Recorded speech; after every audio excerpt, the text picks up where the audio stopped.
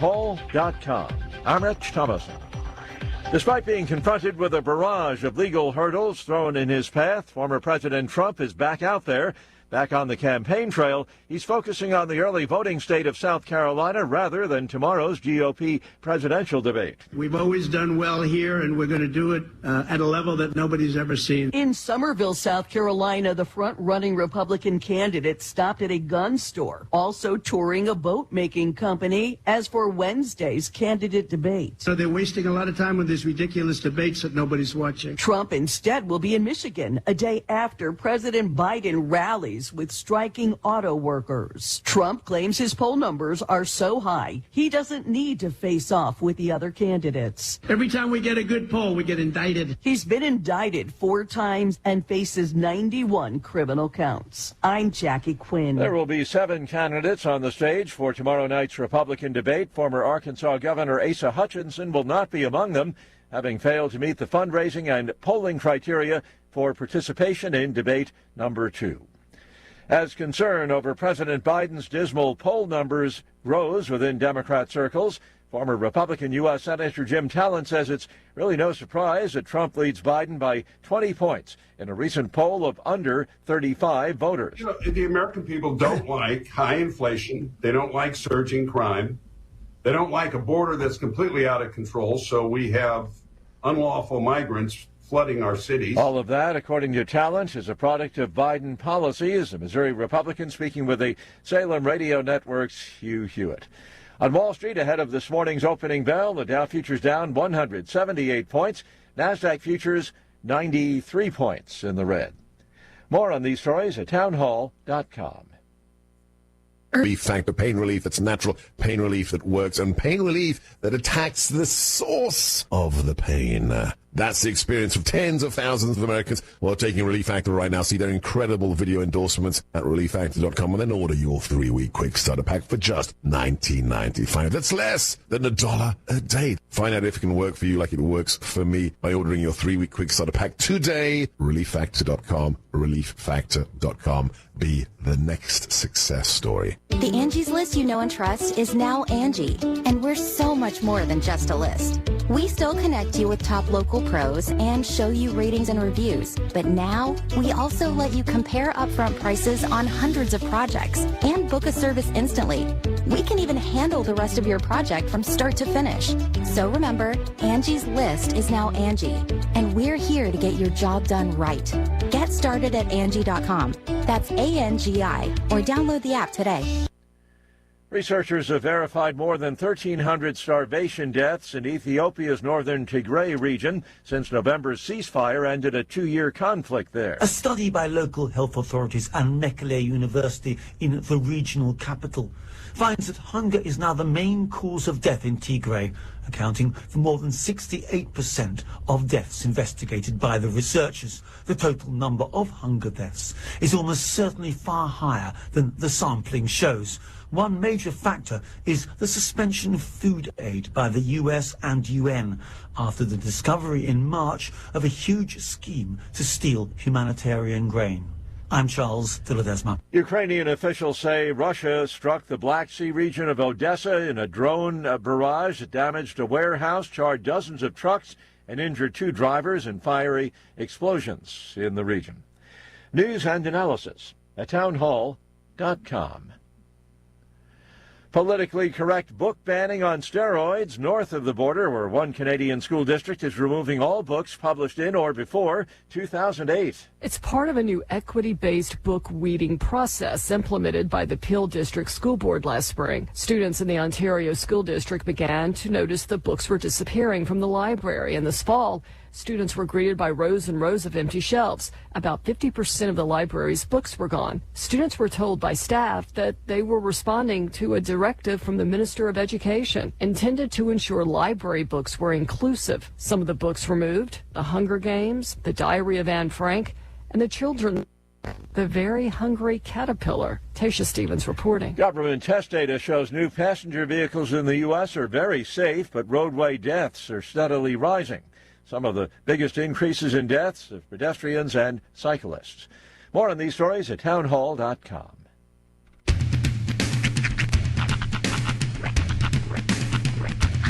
What in the wide, wide world of sports is going on here?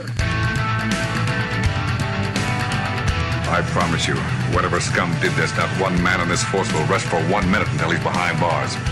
Now let's grab a bite to eat. Yeah, come on. I feel the hot wind on my shoulder and the touch of a world that is older. I hit the switch and check the number. I leave it on and then I slumber. I hear the rhythm ringing through it. Flamenco guitar and cumbia music. I hear the talking of the DJ. The travel listen, what does he say? I'm on a Mexican radio. I'm on a Mexican world radio. Broadcasting live from high atop the J.P. White Building in downtown Roswell, New Mexico. It's Mornings with Mike Winters on 106.5 Roswell's Talk FM. Is that what I sound like when I talk? Now, here's your host, Mike Winters. And good morning, one and all. Welcome to Mornings with Mike Winters. I am he. That would be me, Mike Winters. Happy Tuesday, everybody. Yes, sir. Welcome to it. Hope your day's going swimmingly well. Tired of sweating. Well, real tired of sweating. There is a slight chance of rain today. Yeah, which means humidity. See, I mean, I'm Captain Pessimism this morning, but it's supposed to be fall. Yeah. Everybody's like, every store smells vaguely of cinnamon. Halloween is all anybody wants to talk about, and it's still so hot. Yeah, I'm still not Halloween brain. No? Yet. No, I won't get there till October, like a couple weeks from October. I'm just not. I know I see they've already got the candy out and the costumes. Yeah, but it feels like you got to act fast this year. Like, I feel like costumes are going to get swept up. Like, do you have your go-to? What are you going to do this year? I don't you know? dress up generally. I'm not a costume. Come on. I'm not, come on. It's not my thing, man. I'm not a costume person. You and Kim are both fun-sized. I feel like this is the perfect holiday for you guys. Well, that's just it. People want to put us in things. I'm like, I'm good. I don't need this. You could be a perfect Mario. Let's not go. She could be Peach. I'm just saying.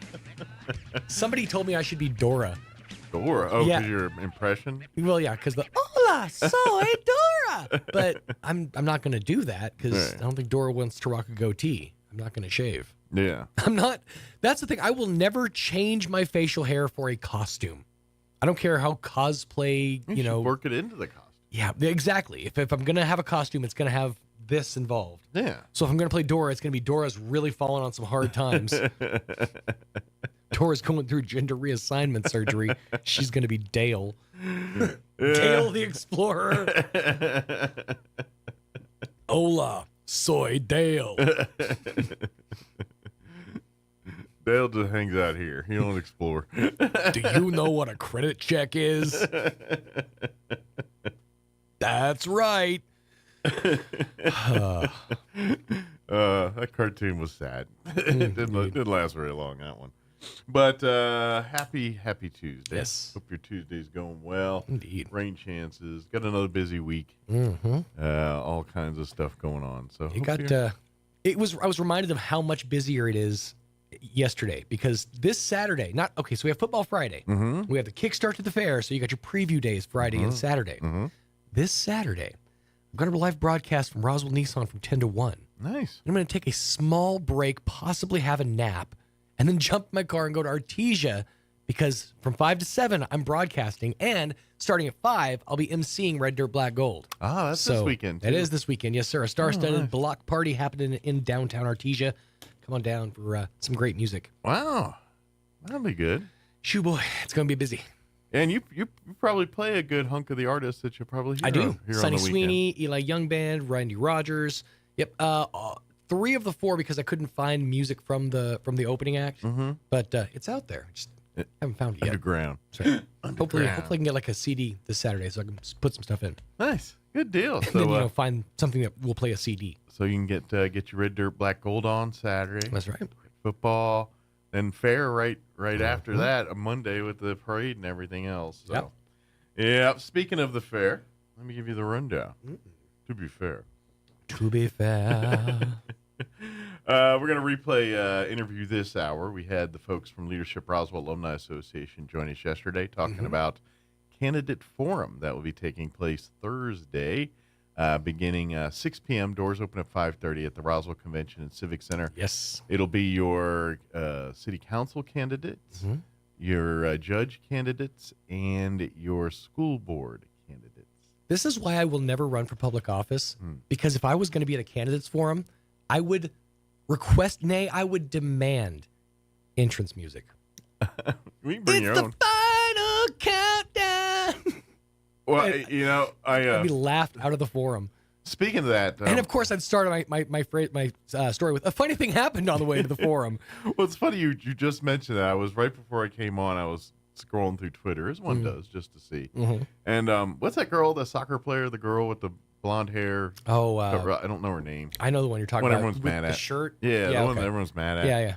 So apparently, I guess they caught her for her final game or whatever. She's going into the locker room, literally with a little personal speaker playing her own entrance music. Nice. It's funny when you're a schmo doing that, but when you're actually famous doing that, kind of looks like you're a doofus. A bit.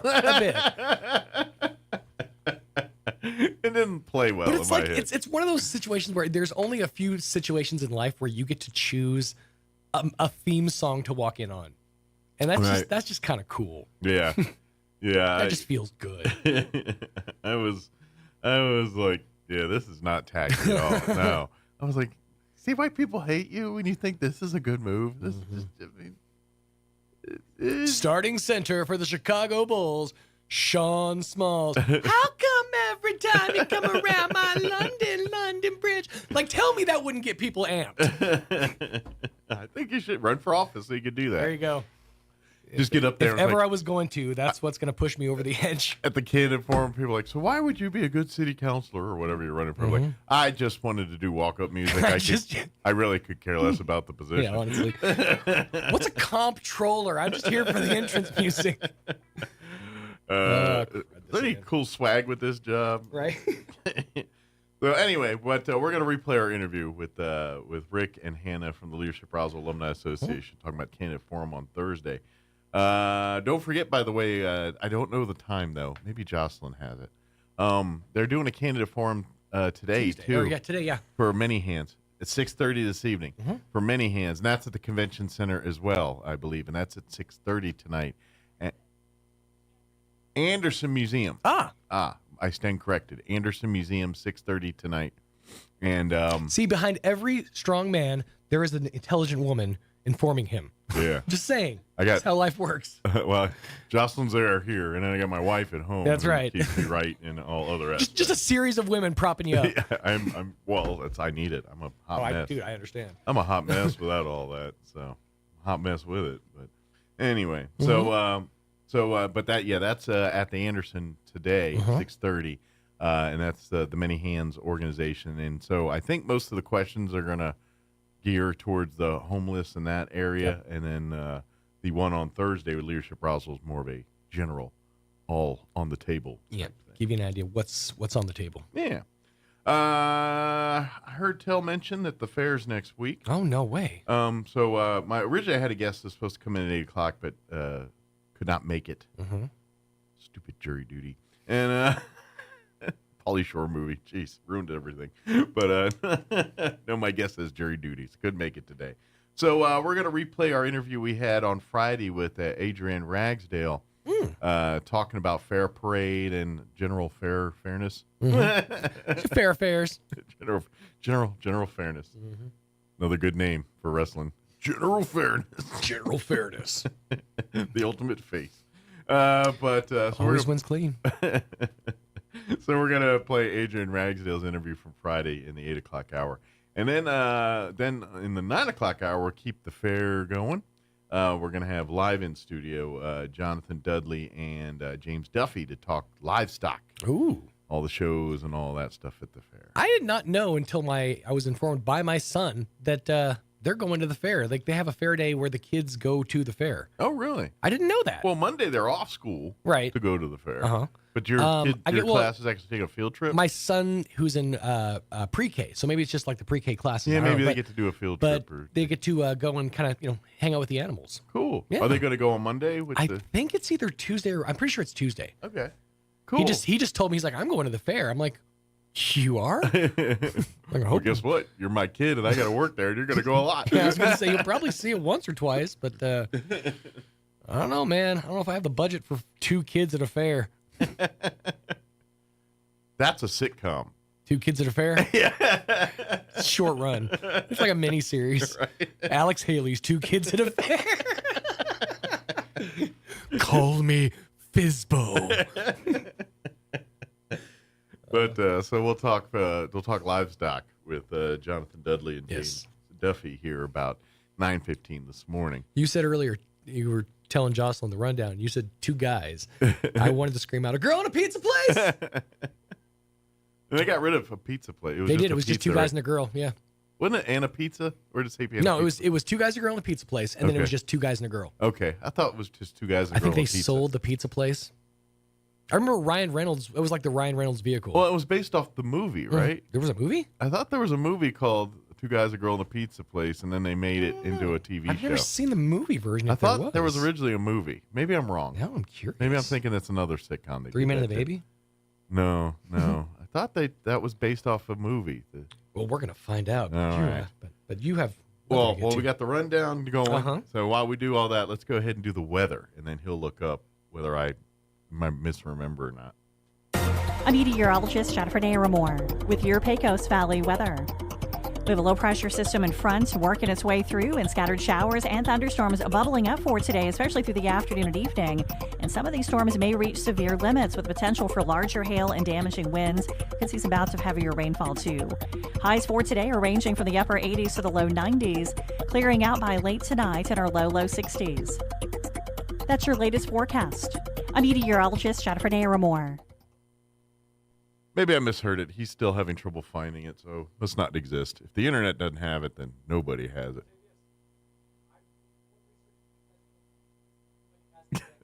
I really hate to see what you're really seeing on that Google search, but thank you, Steve. Or was it Jennifer? I think it was Jennifer actually doing the weather there. Currently 66 degrees here in Roswell. Humidity is at 65%. Winds are calm at the moment.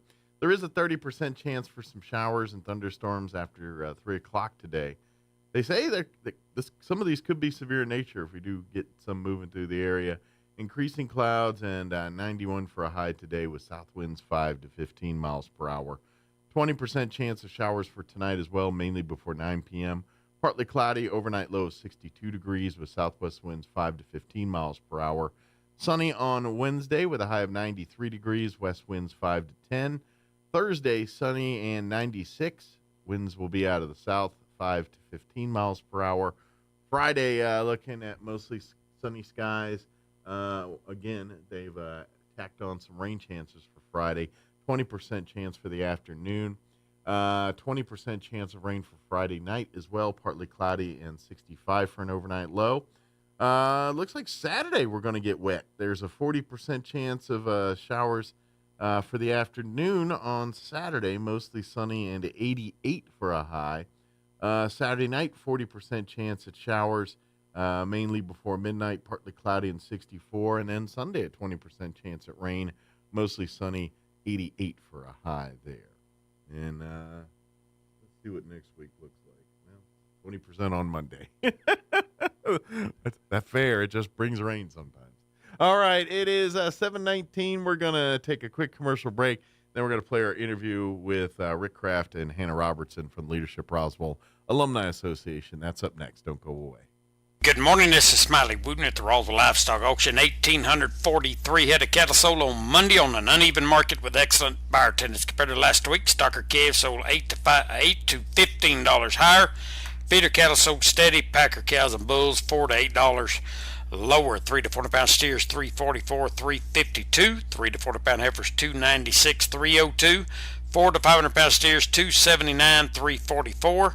4 to 500 pound heifers $241, $296. 5 to 600 pound steers, 271, 279. 5 to 600 pound heifers, 221, 241. 6 700 pound steers, 235, 271. 6 700 pound heifers, 212, 221. 7 800 pound steers, 215, 235. 7 800 pound heifers, 202, 212. Packer cows, $1 to 110. Canner and cutter cows, 75 to 85. Packer bulls, 110, 129. Feeder bulls, 80 to 90. Top half the cow-calf pairs, $1,400 to $2,025 per pair. Top half the bred cows, $1,300 to $1,900 per head. We do appreciate the business. Let's all pray for some rain. Talk to you next Monday morning. This is Smiley Wooten, Roswell Livestock Auction. Hi, everyone. This is Melanie from Glenn's Furniture. When was the last time you looked forward to sleep? Let's be honest here, you know a restful night's sleep has more health benefits than you consciously think about during the day.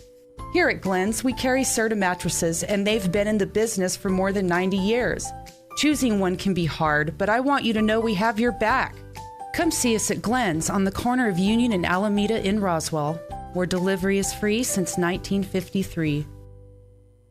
The Eastern New Mexico State Fair 101 It's Going to Be Fun is happening October 2nd through the 7th at the Eastern New Mexico State Fairgrounds in Roswell. This year's fair will be open Monday and Saturday from noon to 11 p.m. and Tuesday through Friday from 4 to 11 p.m. Admission is $12 for adults. Children 3 through 12, $8, and seniors 55 up are $8. Don't forget Wednesday is Senior Day with free admission for those 55 and older. And Ride 'em Cowboy Day is on Tuesday with $25 admission for everyone over 2. That includes a carnival armband, perfect for families and larger groups. Visit enmsf.com for more information. Paid for by Roswell Lodgers Tax. How low? Zero. The Zero Down Touchdown event is on now at Roswell Nissan with zero down on a great selection of vehicles like a 2019 Ford F-150 for just $489 a month, 2021 Nissan Versa just $289 a month, or a 2020 Chevy Spark for just $349 a month. And Roswell Nissan is giving away a brand new TV every day September 21st through the 30th at 6 p.m. Then on September 30th, join Roswell Nissan for the chance to win 2 tickets to see the Cowboys take on the Giants from AT&T Stadium. The Zero Down Touchdown event on now at Roswell Nissan. 2111 West 2nd. Here's a Mornings with Mike Winters fun fact. Men are 6 times more likely to be struck by lightning than women. That's because men are 6 times more likely to wear a tinfoil hat in a thunderstorm. Here's Mike Winters.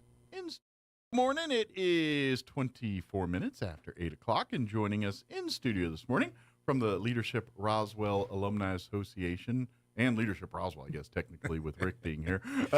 Rick Kraft and Hannah Robertson back with us. Good morning, guys. Good morning, Mike. How are y'all doing today?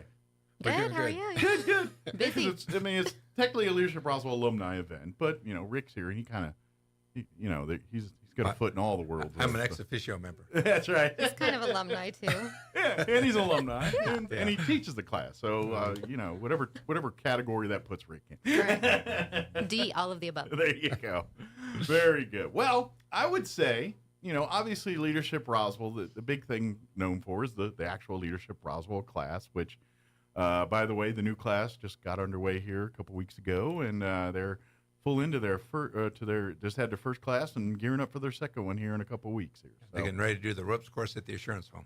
It's that month. Very good. Hopefully the weather will cooperate for you. But that's a cool place if y'all never been there. I talked to them at the end of last class. I tried to make sure they didn't get too scared. Yes. But there's 40-foot tower waiting for anyone that wants to do it. That's right. They keep wanting to do these things up in the air. I'm like, ground is, there for a reason to do stuff on. But, So that's, kind of a lot of people know Leadership Roswell for that. Well, what spawns from that program is the Leadership Roswell Alumni Association. So every single person that has gone in the 30-plus years of the Leadership Roswell class are alumni.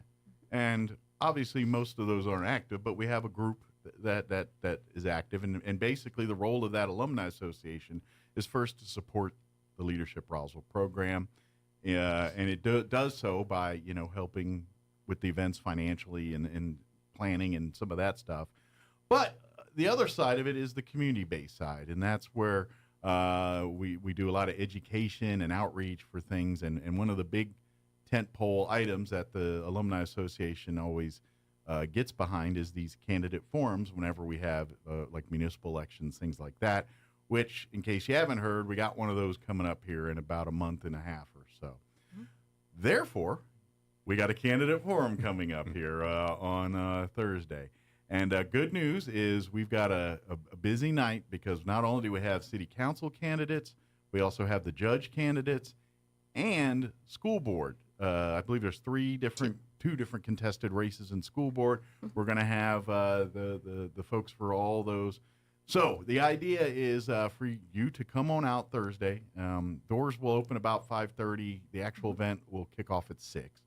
And we're going to have an evening, and we can talk about the orders and all that later here. But basically, by ward, we'll have each of the candidates. They'll get asked questions. It's not a debate.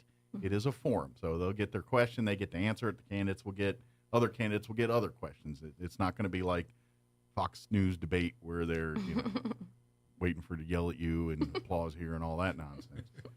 Then they get mad when they do that, but they set the table for that. Then they get mad. But anyway, it's another conversation. We don't do that. If they do that, I'm going to tag Hannah.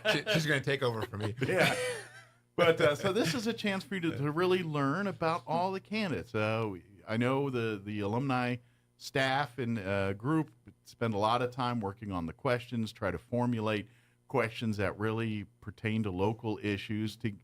And it's kind of an opportunity to get you, the voter, a chance to see a little bit about the person, not just what they think on policies and stuff, but just personally how they vibe, how they think, how they act. Are they personable people? Are they kind of stodgy?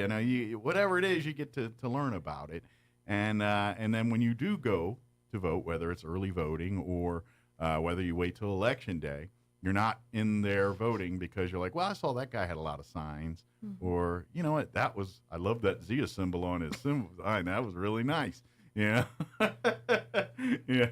Because let's face it, all of our signs are either red, white, and blue or yellow and red for New Mexico. They all look the same. We all know. That doesn't tell you anything about the candidates. Mm-hmm. So candidate forums, events like this, that we would love to have you come out and be a part of it in the audience, watching it firsthand.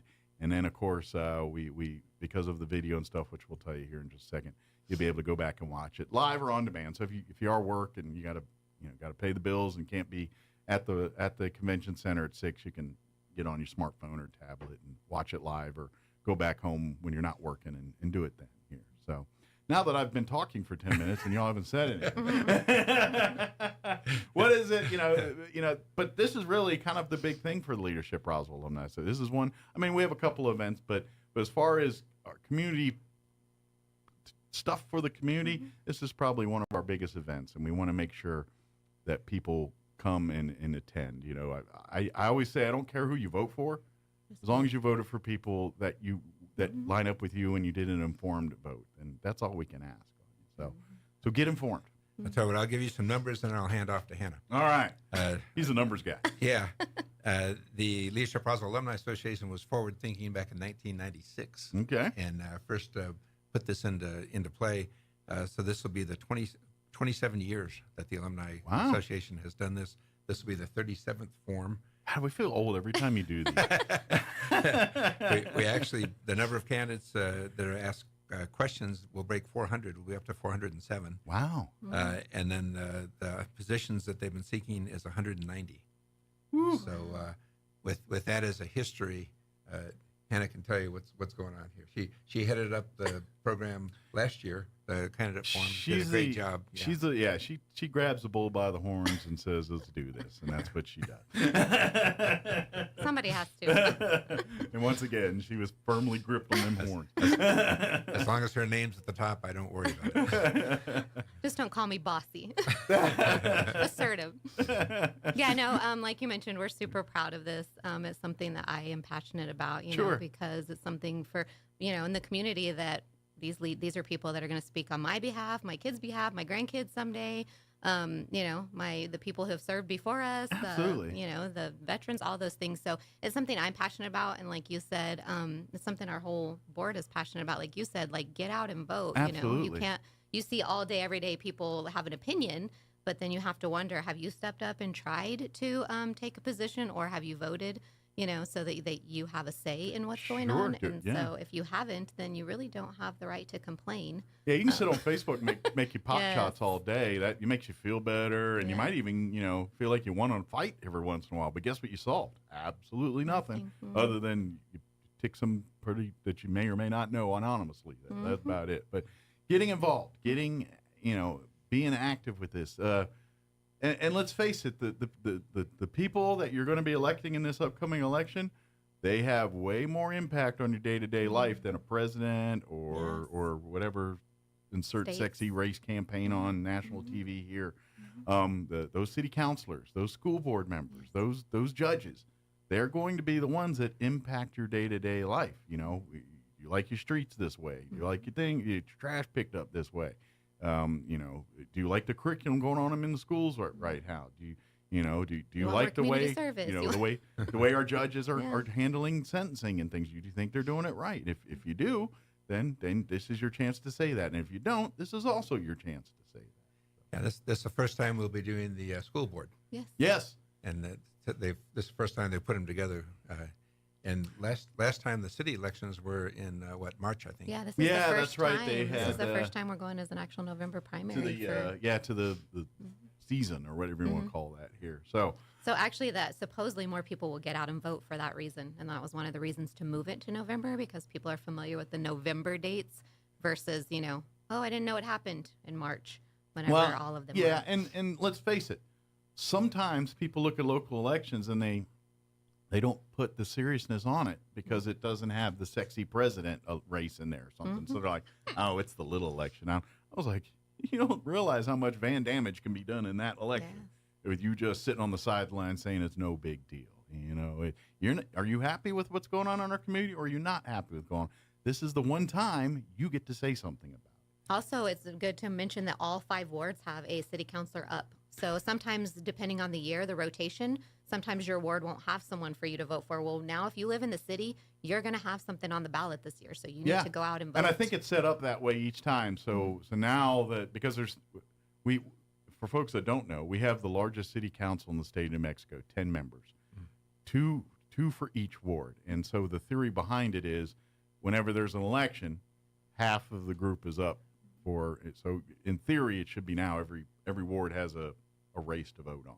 Whether it's contested or not, that's up to the people running. But so everyone that lives within Roswell will vote for a ward seat, and also for the judge. The judge is a statewide, citywide position. And same with school board. If now we have 2 races that are contested. So if you live outside of those, it may be just a single person or no person that you get to vote for. But there are 2 districts, and that's how they go. I know it gets confusing. City goes by wards, county, and the school board goes by districts.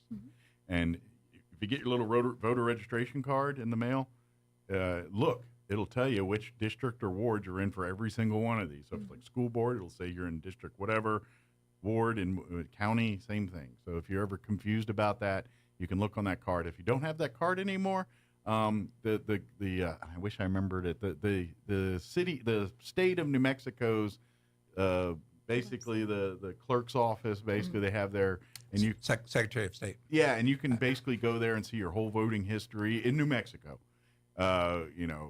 Elections, when you voted, all that deal. So if you kind of forget on some of that, you can go back and obviously it'll tell you what districts you reside in, as long as you keep your address current, of course.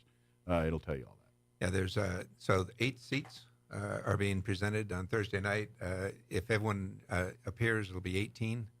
We haven't been able to get confirmations from a couple, but it's possible we'll have all 18. The idea is to have all of our candidates there. I'm going to say we got almost 90% of them right now. We're just trying to dot some I's and cross the T's, and the goal to have all of our contested races candidates available for folks to learn about. So the 2 people who have not responded to my email, respond, please. Yes, you know who you are. I'm searching for you. And here's another thing, too, is the candidates get an opportunity. They can have a table or whatever before and after the event. So if there are things that you want to know about these particular candidates, it may be the forum. We have a finite amount of time and finite number of questions and a lot of different races to get through. So there's only so many we can ask at a certain time.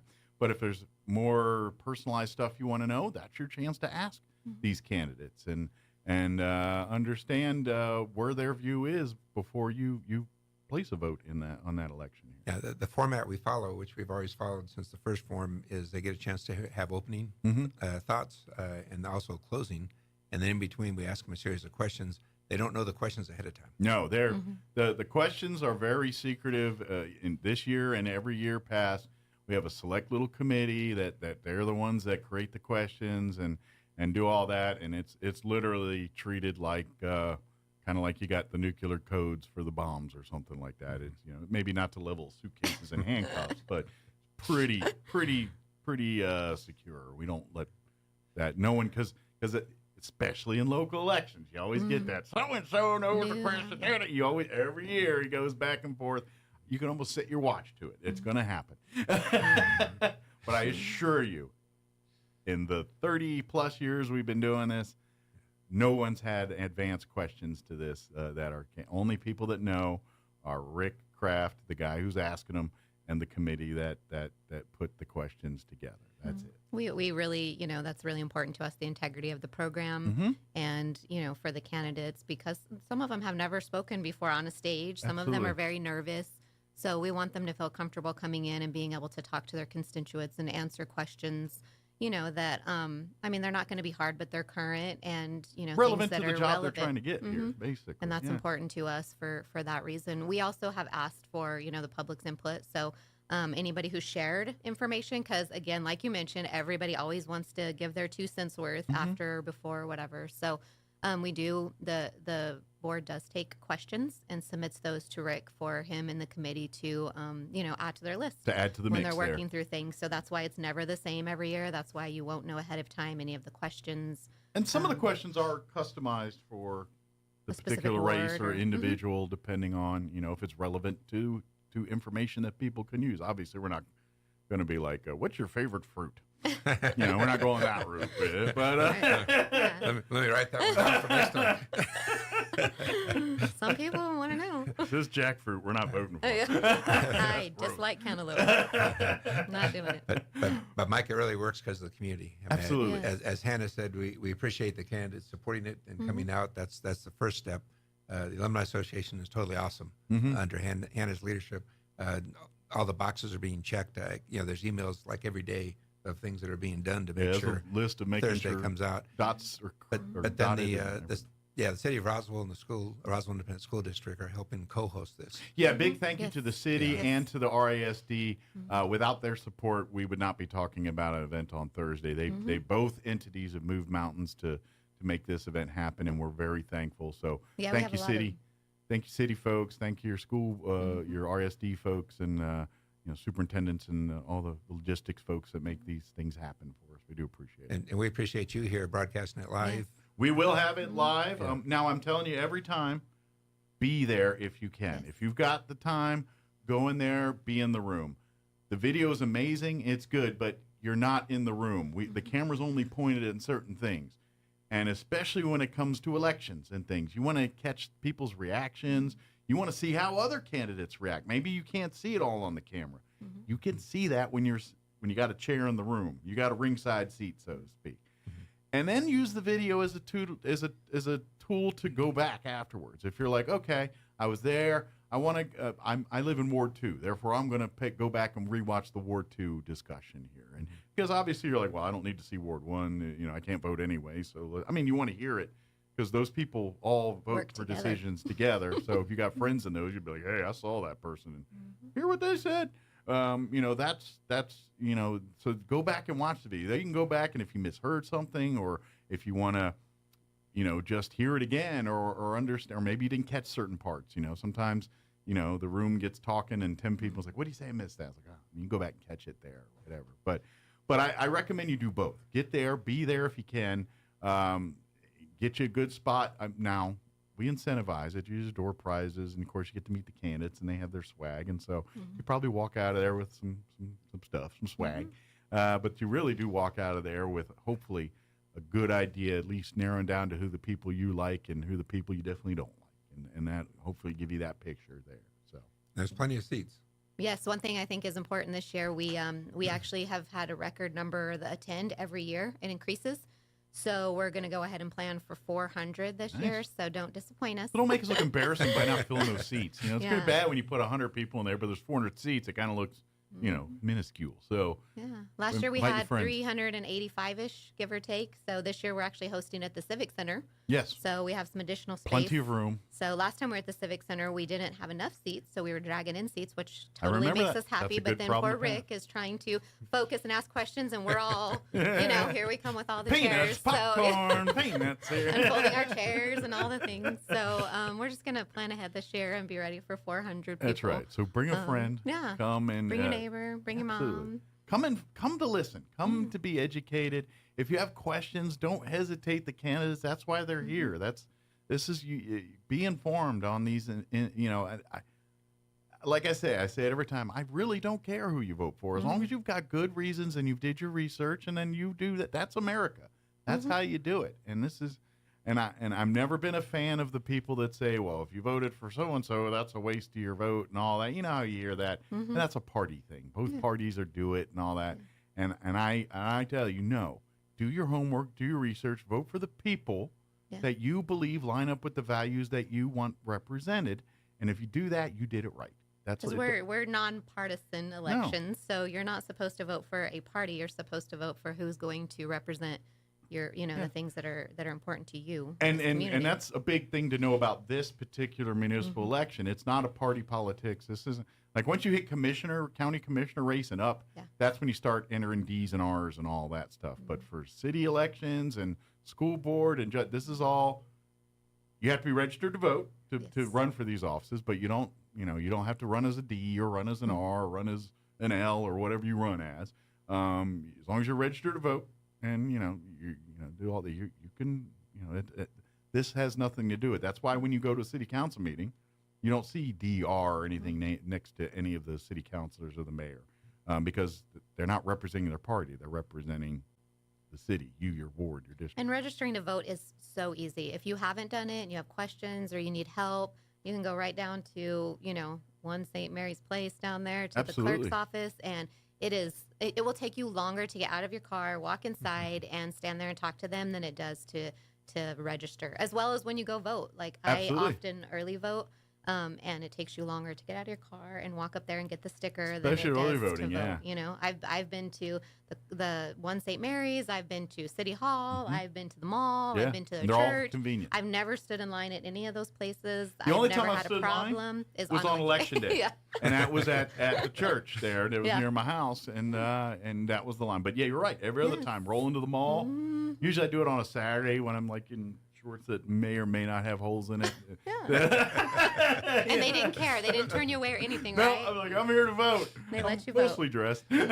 Yeah. And that's one of the goals of the Alumni Association is to have it done before early voting. Yes, we want to get that out. So, if you decide to be there day one of early voting, you've got some information to do that. And by the way, please don't use us as your only source. I know the newspaper. I know I hear Tuesday there, the Many Hands organization's doing a candidate forum that's kind of focusing on homeless issues and things like that. Most of them have a Facebook page, or a lot of them do. If you want to go out and look at their Facebook pages, there's a lot of ways to contact with these people. Absolutely. Learn it all. Watch it all. Do it all. Hear it all. That way you get to see, I think, like, I know this is getting party policy, but like the Chaves County Federated Republican Women usually get all the conservative candidates during their monthly meetings. Go to those to learn more about these candidates. Just educate yourself. That is your responsibility, as this is. And, we have the right to vote. But that right to vote comes with responsibilities. And again, it goes back to what I said earlier. I don't care who you vote for, but vote educated. Vote for the people that align with what you believe in and make that vote. Don't come in here and tell me that, why'd you vote for him? He seemed like a nice guy. I don't want to hear that. I went to school with him. Yeah.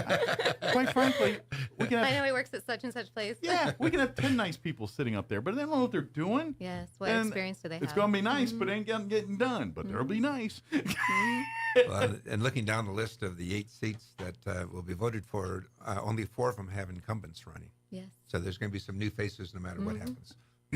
Which is great. That's a great. That's a good thing because, when we see that, more people are stepping up. More people are invested in their community and their homes, and they're willing to put their reputations on it to help make it a better place. So please, and that's another thing. All these candidates, even if you don't agree with a word they say, let's give them the respect and attention they deserve, because even if they don't agree with your politics, guess what they're doing? They're stepping up and being Americans willing to come and make a change and make a difference. And guess what? Once you sit down and talk with some of these people that you so vehemently disagree with, you might find out you actually agree on a few things once you get past the other stuff. I'm proud of all 18 of these people that have submitted their name. I mean, best case they get elected. Worst case they fail. Yeah. And they have to overcome that fear of failure. Just put your name on the ballot. And you will notice on Thursday night, as we go through the course of the evening and we talk to the various candidates and the various things, you're going to notice there's a lot of alumni of the Leadership Roswell program that are running for office. Again, another testament to the Leadership Roswell program. Yes. That whole program is not to reward people that do stuff for the community. That program is to invite people to get involved with the community and be, once you go through the Leadership Roswell program and you complete it a year later, you're not riding off into the sunset. Your job is to put all that stuff you've been working on the past year into practice, whether that's for your personal life, your business, the community, or a cocktail thereof of all of that. Yes. And a lot of our folks, you'll see candidates that are currently serving and want to serve. There's going to be, I don't know the percentages, but I'm going to say it's about at least 50%, I'm going to guess, and might even be higher than that are Leadership Roswell alumni, either recent years or a little bit longer in the tooth there. But that, which I'm not trying to brag, but I am bragging. It kind of brags out on how great the Leadership Roswell. That's what the program's about. Is equipping future leaders, current and future leaders. So again, another reason why we champion this as part of our thing, because we want to show as alumni to the people that go through the classes that, see, we're trying to do more too. We're going to support you in your efforts and you trying to do good things for our community too. Yeah, I think it's a thankless job is basically what you're mentioning. And so these people are stepping up to do a thankless job for the most part. And, like he said, with the opportunity to possibly fail, but at least you took the risk, at least you took the chance, and it's important to you and you're passionate about, serving and helping and giving and doing and all of those things that, people do that sometimes they're thankless and behind closed doors. And, we talk about, the time that these people are going to commit, the time that they're going to commit to go to, their committees that they're going to be appointed to, the meetings that they have to go to, all of those kind of things. There has to be a reason they want to do this. Sure. And it's, let's face it, it's not like any of these positions are positions of money, power. The mayor, city council, school board are practically volunteer positions. Yes. They, I think they do get stipends and some pay and a little bit, but certainly not enough to live off of. And it's pretty much to cover expenses for when they have to travel and do the various duties of the job. So these are all people that aren't looking to get rich. They aren't looking, and if they were, they find out real quick they picked the wrong line of work to do it right. Wrong option. And so we got to remember that side too. And another thing too, when we go to the candidate forum on Thursday, you'd mentioned earlier, these are citizens. These aren't professional politicians. Sure, some of them have been in politics for a while and have experience, but these are your teachers, your doctors, your lawyers, your policemen, your firemen, your insurance salesmen, your grocery store clerks, your hardware guy. These are all those people. They're not politicians. They're not representatives per se. They didn't grow up and say, "What do you do for a living?" I'm a representative. No, they have their day jobs. So that being said, when they come out to the forum and they might be a little nervous and all that, please understand this isn't Joe Biden and Donald Trump. These are people that are going to probably, fill your groceries or be your service your air conditioner or something like that. These are the folks that are neighbors. Well, the question's a lot easier to answer in the audience. Yeah. In front of the bright lights. And Exactly. So Hannah touched on it earlier, but the Alumni Association does a great job of making sure it's a very even playing field. Excuse me. The only agenda for the Alumni Association is to educate Absolutely. and inform and make sure everyone has a equal chance to sparkle. And I'm not trying to, again, peacock here, but it's been done very well over the last 30-some years we've been doing this candidate forum. Sure. There's always going to be a salty one at some point or another because that's life and how life works. But as far as the security and fair and level playing field, asking questions that are pertinent questions, not gotcha questions, or, you guys in the committee do a real hard, sure, I'm not saying the questions are softballs. They're not. They're tough. But at the same time, they're not gotcha or set up to fail questions. They're questions that are, let's face it, if you're running for office, you're going to need to know these issues because you're going at some point in your term deal with these kind of things, whether it's roads or school board policy dictation or even some of the stuff we're seeing nationally in the news. Every school board's impacted by some of that. So you're going to have to know your stuff on that as a candidate. But as a consumer or as a citizen, please understand these people aren't professional. When they're a little nervous and a little hemming and hawing, it's not because they have an agenda. It's because they're a room of hoping 400 plus people, and that's a little intimidating. And so when their day job of cleaning air conditioners or teaching your kids is a little different than standing in front of 400 people selling yourself to them. And that's in essence what these folks will be doing. So please remember that and consider that and be polite. I'm not saying vote for people you disagree with, but you don't have to be a jerk either, because I feel like we're better than that. If you want to educate your family and tell your kids and teach your kids, when they're in your position to do this, set the example and do it by being that polite person. Listen, take in the information. This isn't a comedy night. Ain't be heckling and all that kind of stuff. We're going to be fine. We're all going to behave ourselves. I'm not worried about it. But I just want to remember that. And please, when you see a candidate and you feel like, well, I like their information, but man, they sound like, they don't sound like they speak well.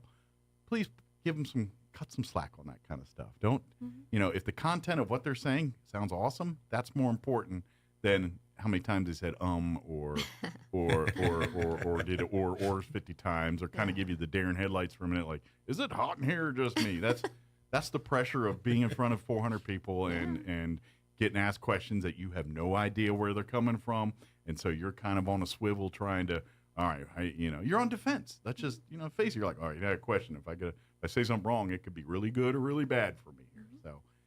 So there's a lot of nerves, and so take that into account when you're seeing people talk on Thursday night. And most of them would love to have a one-on-one conversation with you as well. So if Absolutely. you have, if you want to catch them before or after. The setup this year is really nice because we have so much space at the Civic Center out in the foyer. So we'll have tables that are divided by ward, simply by ward. Nice. So you will be able to go got room to everybody has like their half of the table, but also you'll be able to, understand if I go look at, this table, it's for Ward 1, it's going to be, this person and this person because that's my ward. I know I'm going to be choosing between these two people. And so you will go to that table. You're welcome to see them. They could have their collateral there. Yeah. But the setup is really nice because there's so much space. We'll have plenty of room for all the tables so that everybody can spread out and I hope see our everybody. candidates take advantage of that. Yeah. This is your chance to sell yourselves too. Don't forget that. This is your chance. Like I said, we're going to have, the idea is to have a lot of eyeballs in this thing. The 400 in the room and what I'm hoping, hundreds and thousands that end up watching the video after all said and I'm done. pretty sure last year or the year before we looked it up and we had a couple thousand that watched the live and, Yeah, during live we'll get several hundred to 1,000 watching it live, and then a few more 100,000, not hundreds of thousands, 100 to 1,000 or so that go watch it afterwards too. So, which we might mention too. We're going to go ahead and have it on Facebook Live because that's a thing now that everybody just seems to love, is to be able to, sit at home and watch Facebook Lives as well. So just kind of like if you watch a Coyote or got a Rocket football game on Friday, where you go to either our Facebook or to KSVP TV. Same way for the video forum, the candidate forum here. And like I said, the Leadership Roswell alumni page will also we'll try to. We hope nobody gets tackled. That's right. But there will be no tackling. We do have security, so there is instant replay if there is. So we won't have none of that, guys. None of that. No. We have rules. We have order. This is orderly. No cheerleaders. We have no cheerleaders. But there will be some pageantry because obviously we're gonna get we got some of our youth and some of our great young folks that are gonna be doing the pledge, doing all the pomp and important things that set the tone for our event on Thursday. And we welcome young people to come, get educated, bring learn. your families, bring the kids. I know, like Boy Scouts, and that's because I know Scouts. A lot of times with some requirements for mayor badge and stuff, and 10 city council or 10. I'm pretty sure your candidate forum counts as one of those type of events. So bring your scout troops and packs here to come and see how the sausage is made, so to speak, here, and educate your families as much as get informed. Bring the kids out.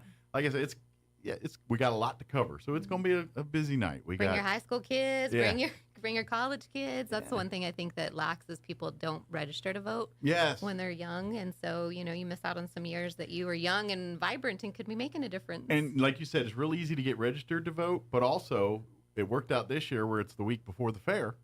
So, and of course you're at the fair. Yes. All of our candidates most of them are going to probably have booths or be a part of the Republican or Democrat booth at the fair.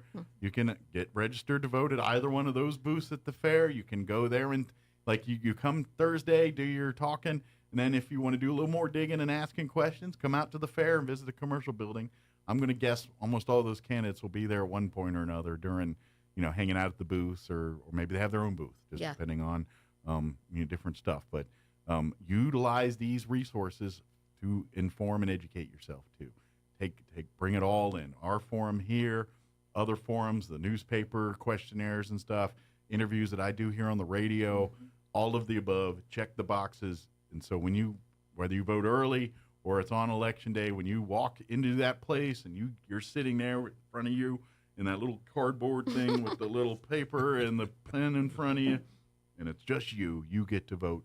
And I know that person. Because don't do this and be like, what are they talking about here? I never heard of this. Is that a real person? I don't, don't be that person. Understand when, and the questions on the back, if there's any of those. I haven't seen the ballot yet, but usually there's some of that stuff too. The bonds, pay attention, read that stuff. There are consequences for checking yes and no on those things. So please inform yourself.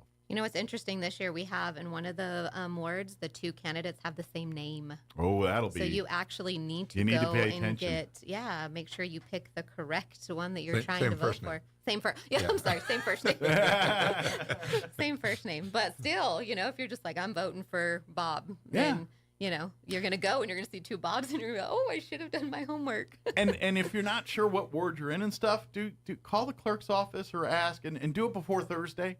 We'll actually have a gigantic ward map this year because you can figure out yourself while you're you can there go too. up and look at it because the wards changed a little bit. They do last year or the year before. Mm-hmm. So my ward changed. So I needed to re-educate myself to know. And we've all seen the redistricting of the state with the three congressional districts and how that's going in lawsuits and everything right now. So there's a lot of muddiness as far as where lines are right now. Yeah. So if you have questions about that, consult the map or call our Chaves County Clerk's office. They'll be happy, or go to the Secretary of State's website and find it there. But I would do that all before Thursday night so you can know which ward to pay a little bit more attention to on it. It's like, wow, that was a good debate. I just realized I'm in Ward 1 and I just, studied up on Ward 3, which is good, but you'll be like, well, I don't see these names on my ballot because they're not in your ward. Which we'll actually get, now that I say that, we'll go ahead and get news this hour from townhall.com map as well, so that you'll know if you're in District 2 or 4, Perfect. that who to be listening to as well. So we'll get one of those to display too. Like we mentioned, this is our first time to add the school board to our forum, so that's something new that we'll have. So you can learn all of that, know exactly who you're voting for. We're out of time, but again, this Thursday night is the Leadership Roswell Alumni Association Candidate Forum, September 28th, Thursday night. Doors open at 5:30. The forum will get underway at 6 p.m. All will be taking place at the Roswell Convention and Civic Center. Completely free, does not cost you a dime to come in or go in. Come on down. Like I said, doors open at 5:30. Get there early. That way you can talk to some of the candidates at the table. scope out a good spot for you, and then get settled in for the forum when it begins at 6. And then, of course, you can hang out a little bit afterwards if some of the candidates want to talk and get more information there. Doesn't cost anything. We're also going to be live streaming it on demand and live at ksvptv.com in its own candidate forum channel. You'll see it right there. Or you can listen right here on the radio. We'll have it on the radio live only. We're not on-demanding radio. We don't have that technology yet. But it'll be live on the radio. But if on the video, you can go back and watch it. So if you go live Thursday, and then maybe Friday or over the weekend, you can go back in your underpants and watch it from the convenience of your home there. So too much detail. You do you. Sans underpants, with underpants, that's up to you. As long as you're not in public. Yeah. Is there anything we missed? Anything we wanted to share or I got rambling on? We'll have cookies. Yeah. And there'll be cookies. Yes. Come for the cookies, stay for the information. Yes, please. Yeah, usually there's lots of food and snacks and swag. So you can stock up on that, but what we really want you to stock up on is information. So please come and get that. Well, thank you guys. Thank you. Well, thank you for having us on. Yeah. Yes. Now you can start your day with 27 other things to get. Walked off the job Friday as part of the strike expansion against GM and Stellantis, formerly Fiat Chrysler, but not Ford because the company met some union demands. President Biden visits Michigan Tuesday, tweeting to join the picket line and stand in solidarity with the UAW as they fight for a fair share of the value they helped create. Also in Michigan Wednesday, former President Trump, the frontrunner for the Republican nomination, he'll be giving a speech to auto workers instead of taking part in the GOP debate. I'm Julie Walker. And about that GOP debate, there will be 7 candidates on the stage. Former Arkansas Governor Asa Hutchinson, not one of them, having failed to meet the stricter criteria for participation in debate number 2. The clock continues to tick away with a partial government shutdown, just 5 days off, and still there's no deal on a stopgap spending bill to maintain the government's business as usual. A House vote expected later in the day today on a package of funding bills. The Senate, meanwhile, has started working on its own bipartisan government funding plan. On Wall Street this morning, stocks have been in the red so far. Right now, the Dow down 165 points. The Nasdaq is off 130. More on these stories at townhall.com. Here's an important message from the Diabetes Solution Center. Do you like pricking your fingers to test your blood sugar levels? No one does, but it's important to maintain your health. And now, by wearing a small remote device called a continuous glucose monitor, or CGM, you don't need to prick your fingers anymore. It's easy to use and helps you make more accurate diabetes treatment decisions. If you are testing your blood sugar 3 or more times daily, injecting insulin, or using an insulin pump, call the Diabetes Solution Center right now. And if you have Medicare or most major insurance coverage, you may be able to get a new CGM at little to no out-of-pocket cost. Shipping is free, and we'll even bill your insurance company for you. If you are testing your blood sugar 3 or more times daily, injecting insulin, or using an insulin pump, call the Diabetes Solution Center right now to learn how to end the painful finger sticks and get your own continuous glucose monitor, or CGM, at little to no out-of-pocket cost. Now. 2 powerful explosions have ripped through buildings in central Sweden, injuring at least 3 people. Last night there was a blast in suburban Stockholm. And this morning, an explosion some 110 miles away heavily damaged a 3-story building. It's not known if the explosions are connected, but Swedish radio says that one of them is connected to an ongoing feud between criminal gangs, which is a growing problem in Sweden. The captain of a river cruise boat that collided with another vessel in Hungary's capital in 2019, killing at least 27 mostly South Korean tourists, has been found guilty of negligence and sentenced to 5 years in prison. A judge says the negligence of the Ukrainian captain caused the collision. The tourist boat was hit from behind. It sank in the Danube River within a matter of seconds. Before the sentencing, the defendant called it a horrible tragedy, adding that the deaths of so many people kept him awake at night. News and analysis, townhall.com. Former NASCAR driver Austin Terrio is entering a different kind of race. The Republican wants to challenge Democratic U.S. Representative Jared Golden in Maine and announce that he's entering the Republican primary in what's expected to be one of the country's most competitive 2024 House races. The 29-year-old freshman state lawmaker says he will confront issues like inflation, illegal border crossings, and dying small towns. He joins fellow GOP hopefuls Robert Cross, a mortgage broker, and Michael Soboleski, a fellow freshman in the legislature. John Scott reports. 2 key votes remain before the 5-month strike by TV and movie screenwriters is over. One of those votes will come today when the leadership of the Writers Guild of America passes judgment on the tentative contract. After that will come a vote from the writers themselves, who have yet to learn details of the proposal. The writers' vote could come later today, but that's still not known. More on these stories, townhall.com.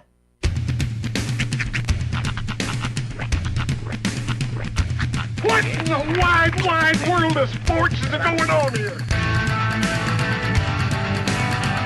I promise you, whatever scum did this, not one man in this force will rest for 1 minute until he's behind bars.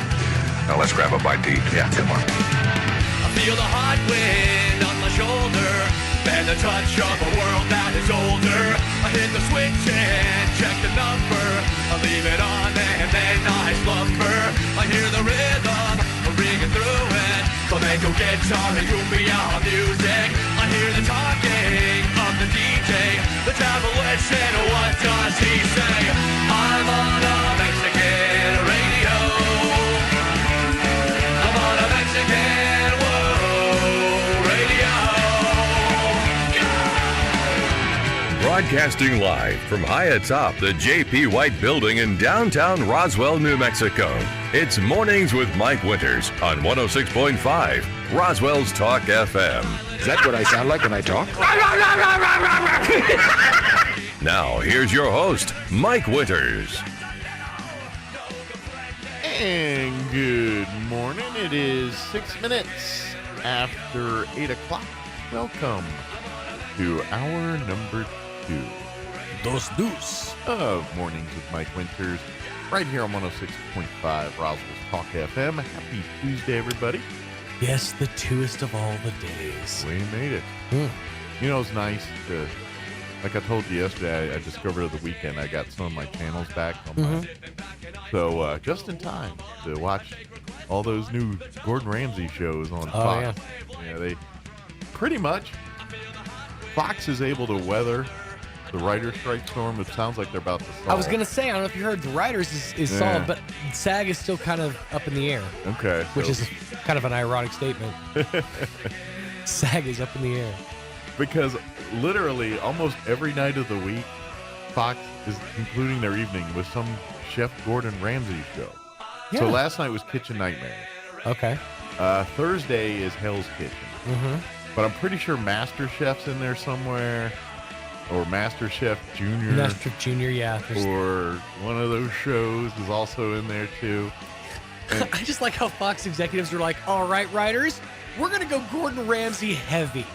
Well, that man has more shows than any man on the planet. And yeah, it makes sense because he's got bills to pay, obviously, just like the rest of us. So he's making them deals. I don't know his bills, but he should not have money issues. I'm pretty Strike sure. while the iron's hot, man. He literally Not only does he have all these shows, he has like 70,000 restaurants, including like 6 in Vegas. Well, he's turned like every celebrity chef out there that's famous in the cooking world. Right.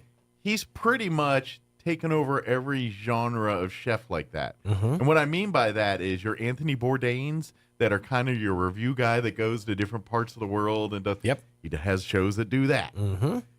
If you want the reality, Like the bar cooking rescue, competition, John Tapper those ones, style, then he's got his Hell's Kitchen Nightmares show. Yeah. That's just like basically bar rescue, but for restaurants. If you got a cooking competition that's fast paced, He's got like 10 of those. 13, 1,000 of those. Not only that, but he's also got a pretty active YouTube and just general social media imprint in general. He's out there. And then he's got 80 bazillion Gordon Ramsay restaurants. What it is he's got a great manager. He's got a fantastic agent. He's got somebody who's actually out there making deals for him, and he's just showing up and doing what he do. I get that, but at one point I'm like, does he ever not do like? Does he ever take a vacation? I'm pretty sure. I mean, his vacation is he goes to all these places, but I'm like, but here's the beauty of something like something like a Hell's Kitchen or something like a Master Chef. You can and you and I should know this better than anybody else. You can front load that. Yeah, like you can get a season worth done in a few days. So he's. I mean, the way that it works, it works. Like he's got his time to have his time, right, and still have 60,000 shows. Well, that's just it on, like, I don't know. Because, like, which one? Kitchen Night? No. Excuse me. Hell's Kitchen. Uh-huh. That one. They, like, live there. So but those are done over, like, a course of, like, 10 days. Yeah, you wonder, like, how long do they actually live there? Right. It's like 12 episodes, but, yeah, literally every single meal, they're in the kitchen doing something and filming. Yeah. So it's filmed over, like, the course of, like, 10 days. I wonder if they do, like, a week and a day kind of thing. Well, it's the same thing with The Surreal Life, the show that used to be on VH1 and all that. Yeah, where they live in the mansion. They made it out to be like they were in there for like 3 months. Like 3 or 4 months. It was literally like 10 days. Okay. That's all that any celebrity was willing to sign off on was just 10 days in a place together. And even in that 10 days, all hell broke loose. Yeah. So, yeah, I mean... Well, it's because they're celebrities. And, they wanted to make the season salacious. Well, and I'm sure they get paid and told to be over the top in there. You know, more drama means more ratings. If you ever have watched an episode of The Bachelor or any of those, you see, like, they have a fully stocked bar. Right. Oh, there's no discouragement of, hey, go ahead, have yourself a beverage. Are you feeling a little parched? Go ahead, have a drink. Another show that the new season premiered last night that I would be curious to see a little bit behind the curtain on what they do with these celebrities is after Kitchen Nightmares last night was the Special Forces show. You ever heard this show? Is this the one where they put the celebrities out? Yes. Okay, and so they get like these ex-Navy SEAL types, and some of them are, you know, they're all over the world. Some are the British Special Forces guys. But anyway, they get those guys, and then they get celebrities to do some of the challenges and things, and they live. Well, the new one premiered last night. Right. And it's in a colder place, which I don't remember off the top of my head, instead of out the desert like the other ones. And they got a pretty good list of celebrities on this one. Yeah. Jack Osborne. Okay. What's his name? Brian Austin Green from 90210. Really? Bodie Miller. Wow. I'm okay. I mean, perfect for this show. This is kind of Des like Bryant. I mean, I've heard a lot of these on shows like this before. Yeah. So Des Bryant's pretty new. Yeah. He's relatively new to the reality game. There's a few I don't know. They're Spencer like Pratt going to show up on there? TikTok stars. See, I was when you were talking, I was thinking of another show, thinking it was this show. I was thinking of the Mars show. It's very similar in style to that one. Yeah. That one is dumb. Well, like I watched some I was of those. intrigued about. The only reason I was intrigued about that one is because Alex from Modern Family was on there for a minute. Yeah. Well, I watched it because of I was curious about what's his name, the bicyclist. Lance Armstrong. Lance Armstrong. Yeah. Thank you. I was like, that guy was pretty much shunned from spotlight. What's he doing now? What's he up to? I just watched a whole series of. It was a video on YouTube. It was commercials that did not age well. Yeah. Like there was one, it was like the Halliburton that was like had the Twin Towers with the Halliburton logo. But then there was one, it was Lance Armstrong and it was just sort of cycling. He's like, what am I on? My bike. I'm like, and a whole lot of testosterone. Yeah. And then. And then HGH and then. Yeah. So, yeah, that is funny. Oh, and it also makes me laugh every single time I watch the Dodgeball movie. And the guy that motivates Vince Vaughn's character to get back into the thing is Lance Armstrong. Yeah. Oh, the sweet irony. Oh, I forgot about that one. It's so funny in hindsight when you just go back and watch. And it makes the scene where Rip Torn gets killed by the luck of the Irish side that much more ironic. Oh, man. Well, I like Robin Williams' take on Lance Armstrong. He's more aerodynamic. He's only got the one, so he's more aerodynamic. Wind just cuts right through him. Yeah. Yeah, that's before the whole. He was, That's before the Before the juice was loose. But have you heard about what they're doing? I think it's Australia is doing this, but they're putting together this Olympic-style event called the Elevated Games. Okay. And they're not only allowing, but encouraging their athletes to juice. Okay. They're basically saying, we want to see what the Olympics would look like if our athletes could run faster, jump higher, roid up, shoot farther. do all the things. Who cares if your heart explodes? But they're also encouraging regular athletes to say, if you feel like you want to step up, to these mega men, then by all means, to be like a super athlete. I feel like they're just asking for a lawsuit. It's definitely, it sniffs of it for sure. But as soon as one of these kids' heart explodes, because they were roided up. Oh, but can you imagine the boxing matches we would see? Floyd Money Mayweather would be dancing on the ropes. And this is why lawyers make a lot of money. Exactly. This is why lawyers make a lot That's of money. right. Because of this. Why don't you just keep me on retainer? Now go ahead and buy that jet ski. It's fine. Yeah, I'm sure it's a smart idea. Sure, that one was concocted over around a fire with some kind of something passed around about. Well, it's something. literally a Daniel Tosh stand-up bit. He said, "Go ahead and juice. I want to see my athletes run faster and jump further. Yeah. I want to see what you're capable old of." George Carlin bits, Right? Like, just get a square state. Put all them in that state. Let's just imagine. John Belushi, little chocolate donuts, but roided out.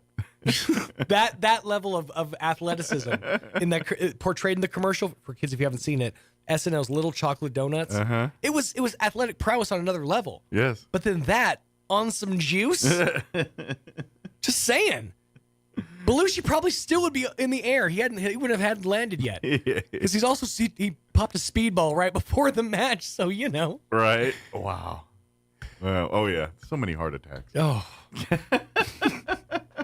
Wow. I just pictured just in my head the cigarette hanging out of John Belushi's mouth as he walked over to the table. And he just ran the 100 in record-breaking time. Still running. What did he? Is he chewing on a tree now? What did he do? After the race, he ran right to the tape and ran to the woods, started chewing on a tree. That's another great example. The Liver King. That dude who blew up literally over the summer or whatever he did. I mean, bad idea there. It's a real bad idea. But he was on $10,000 a month worth of steroids. Imagine him in the Elevated Games. I wonder how many lawsuits are coming from that one afterwards. Right? I want to see a strongman competition with him involved. He just takes a bite out of a kidney and then just hucks a tree trunk 13 yards. It's insane. No. God bless him. I'm very curious to see what happens with that league of the roided Olympics or whatever it's called. I will stay tuned. I'll keep you informed. Yeah, I'm very curious. Your sports leader right here. I'm kind of curious to see what sports they do, like what events. They said they wanted to stay as relatively true to Olympics sports, so I would imagine track and field. So they're going to do summer games or winter games? Summer, I'm assuming summer. So I would, because you can't get roided out in the wintertime. It's just, can. Your heartbeat going that fast when it's that cold outside, that spells disaster. But I think it's track and field stuff. Gymnastics? Probably swimming, gymnastics. And if there is a God in this universe, ping pong.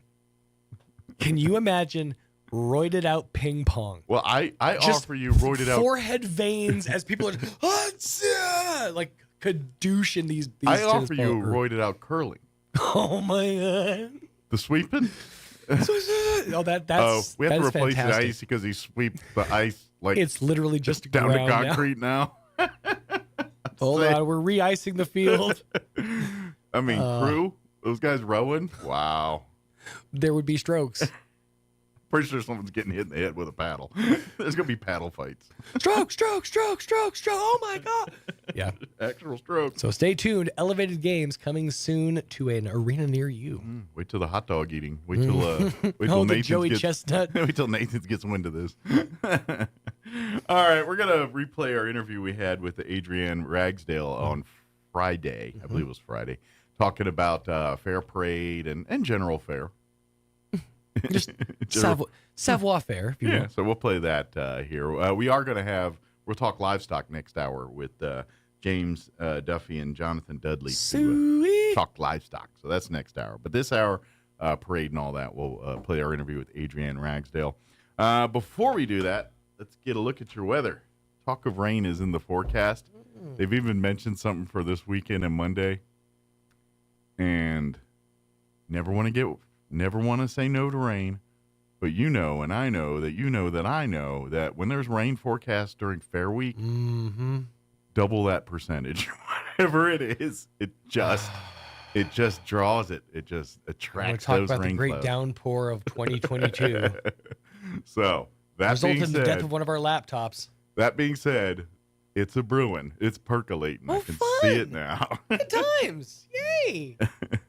Education building. Spent so much time in there. So many indoor things to do in there. So, all right, here's your weather. I'm meteorologist Jennifer Naramore with your Pecos Valley weather. We have a low-pressure system in front working its way through, and scattered showers and thunderstorms bubbling up for today, especially through the afternoon and evening.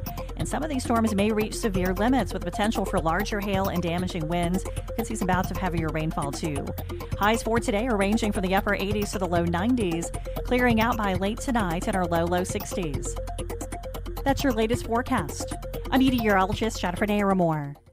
And currently 69 degrees here in Roswell. Humidity is at 61%. Winds are calm at the moment.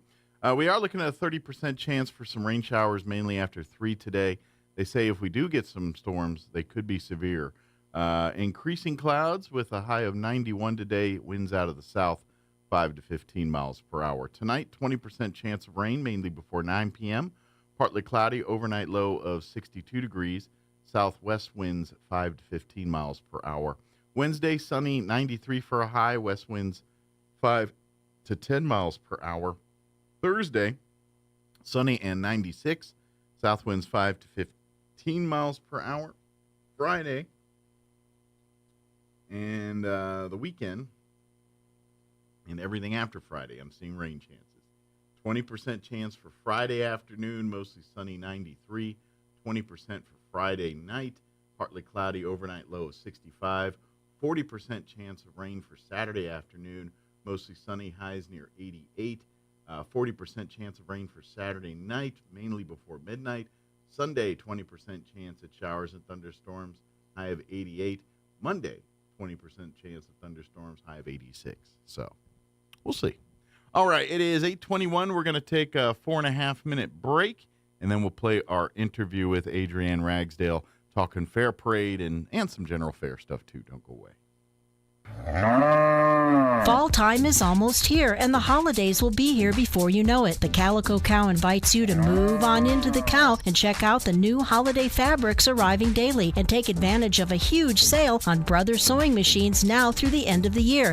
Get free lessons, maintenance, and a first-year cleaning included. Fall into savings at the Calico Cow Fabric and Gift Shop, now at their new location, 200 East College in Roswell. Want to know how? Come see the cow.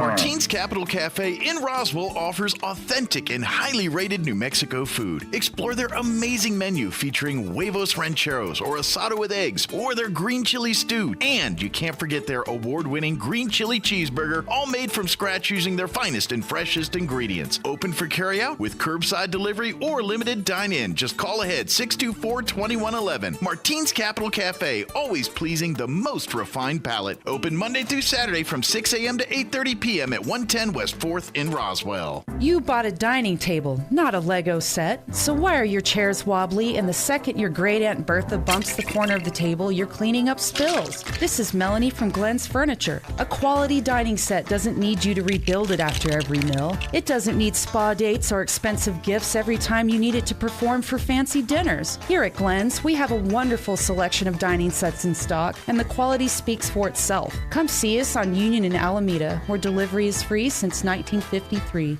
How low? Zero. The Zero Down Touchdown event is on now at Roswell Nissan with Zero Down on a great selection of vehicles like a 2019 Ford F-150 for just $489 a month, 2021 Nissan Versa just $289 a month, or a 2020 Chevy Spark for just $349 a month. And Roswell Nissan is giving away a brand new TV every day September 21st through the 30th at 6 p.m. Then on September 30th, join Roswell Nissan for the chance to win 2 tickets to see the Cowboys take on the Giants from AT&T Stadium. The Zero Down Touchdown event on now at Roswell Nissan, 2111 West 2nd.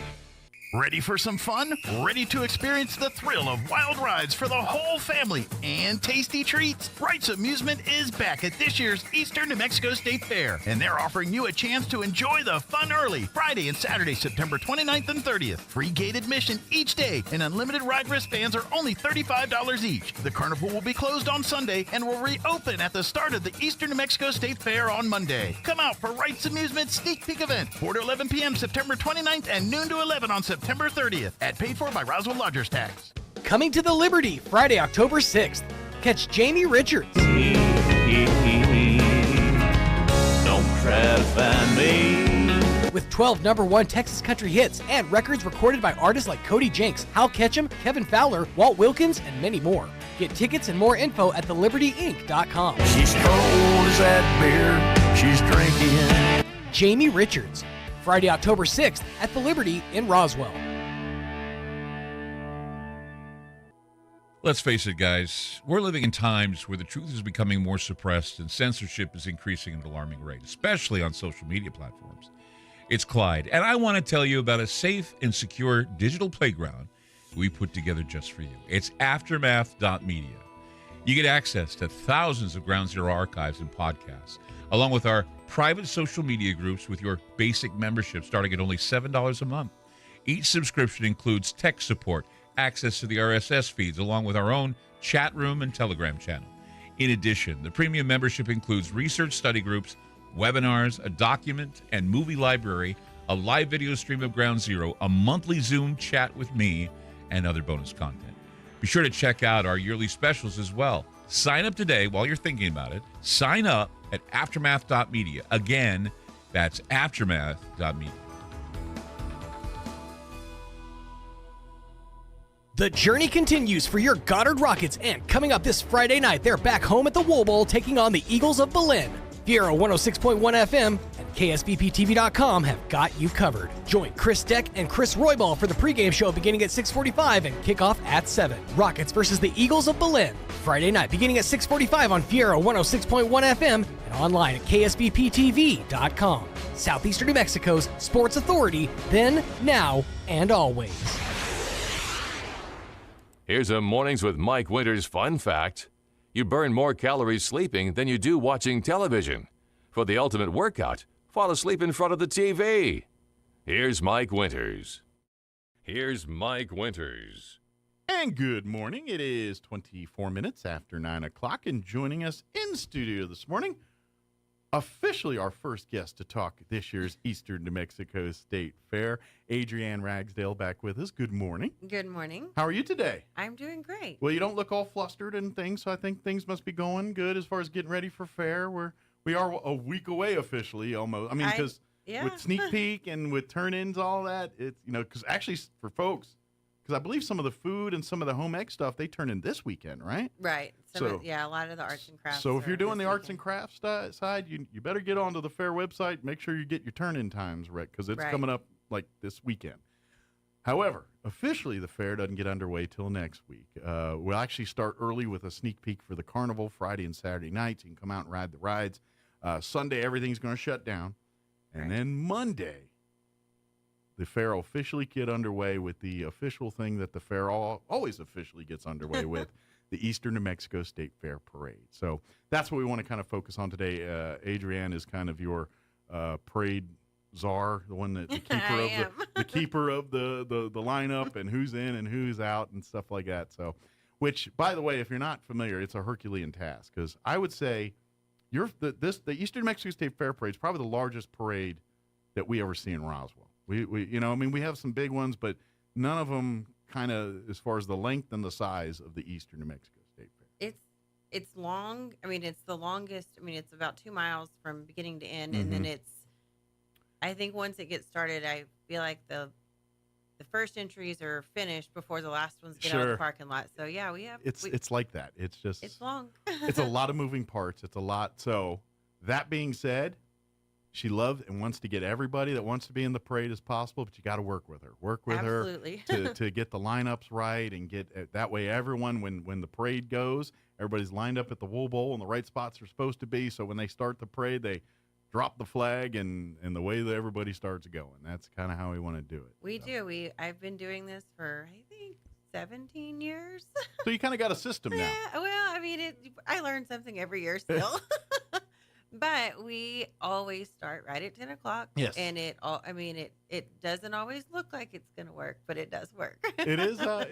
It's well, and that's just it, because you have so many people, so many moving parts. You have everyone from kids that are barely able to walk to 100 to our centennial folks up there, right, doing stuff. So and so it's a lot, and obviously with on every year, like you what do you get, around 100 to 200 different floats during the we usually entries? Try to keep it. I mean, it usually stays under 100. That doesn't necessarily mean there's not 100 vehicles in it, but as far as entry, because of all of our first responders, sure, they bring a fleet of fire trucks and right. I call that one entry, but it is a lot of vehicles. Or your tractor club comes in with about 10 tractors, and that's one entry. But that's what makes the parade big and cool and wonderful, and that's why it is the most attended and the coolest parade in all of Roswell. It is. I love it. It's a special day. I mean, school's out. A lot of businesses pause or close for a moment. The town shuts down for half a day as we all gather to watch the parade, and then either of us make excuses to not go back to work to go to the parade, or we actually go back to work. Or going out to the fair. But if you're the kids and stuff, they'll be off that day of school and all that. So bring the families as soon as the parade's over. Meander on down south to the fairgrounds, and I believe the carnival and all that should about 4 or 5 o'clock that evening. Everything will get underway. Oh, it'll start earlier. It opens earlier on. I know Monday. the fair does, but I couldn't remember if the carnival. Yeah, the carnival will start. I believe. I mean, it should be going by the time people get there after the parade. 1, 2 o'clock that afternoon. Obviously you have to have, and because we have a sneak peek, the inspectors and stuff will all be there, because a lot of times in the year before it's like, well, it depends on when the inspectors can be here to certify that we're good to go. We went through many years of waiting on the inspectors, and we've got it down now. That is resolved. So now, so as soon as you're done parading and get a chance to cool off a little bit, then you can head on down to the fair and get to riding and enjoying the shows. And I think livestock shows and everything get underway that night, that afternoon. Yeah, everything, it just goes full force on Monday. Now, here's the part where we're a little bit behind the 8 ball on. If you want to be in the fair parade for Monday, you still can. Yes. But today's the last day to get your entries in. We need to get, now, you might be able to sweet talk Adrienne into giving you an extension, but for the most part, we want to get all of our entries in today. That gives you and your staff time to, all right, let's create the lineup. That's, because certain people need to be in certain spots depending on what their role is and all that. And, obviously the marshal has to be in a certain spot and, in certain, traditionally we put certain people in a certain spot, and that's just, so she's got to juggle that ball and then juggle the other of, oh, by the way, there's 100 other, youth teams and church groups and everybody that there's have a lot. There's stuff. a lot to juggle, and, unfortunately everybody can't be first. Yeah. But, we've got to save some stuff for the middle and the end. Absolutely. For everybody to look forward to. And you're going to have basically good, 2 hours of just steady different floats and things. If you stand in one spot, probably to see it all, it's going to take about 2 hours to get you all through all that. It's a good estimate. Yeah. Now, if you're new to the area, maybe not know the lay of the land here, how the parade works is and if it's wrong, or if I'm wrong here, please tell me. But generally, they assemble and everything at the Wool Bowl. Yes. And so it'll turn into a little snake out there in the Wool Bowl parking lot with all the different entries. So they'll leave out of the Wool Bowl, come down, College, and then they get on to Main Street. Then they will turn south Main and head towards what their Sears used to be, but that doesn't help new people because you're like, your Sears used to be. But what is that, Summit? Is that the name of that road? I can't remember. The name of the road is Summit. Summit, okay. Right. For folks who've been here a while, it's where the Sears used to be. I don't remember what. I think it's an Ashley store. It's Ashley Furniture store now.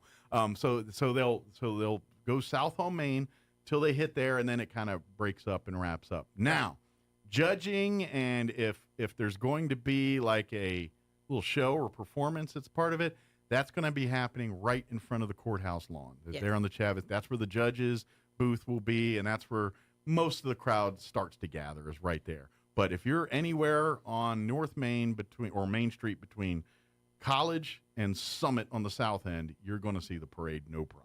You are, and there'll still be plenty of candy and treats handed out. And a lot of times the businesses close down, so they're sitting, and their employees are sitting in lawn chairs out front watching the parade and stuff too.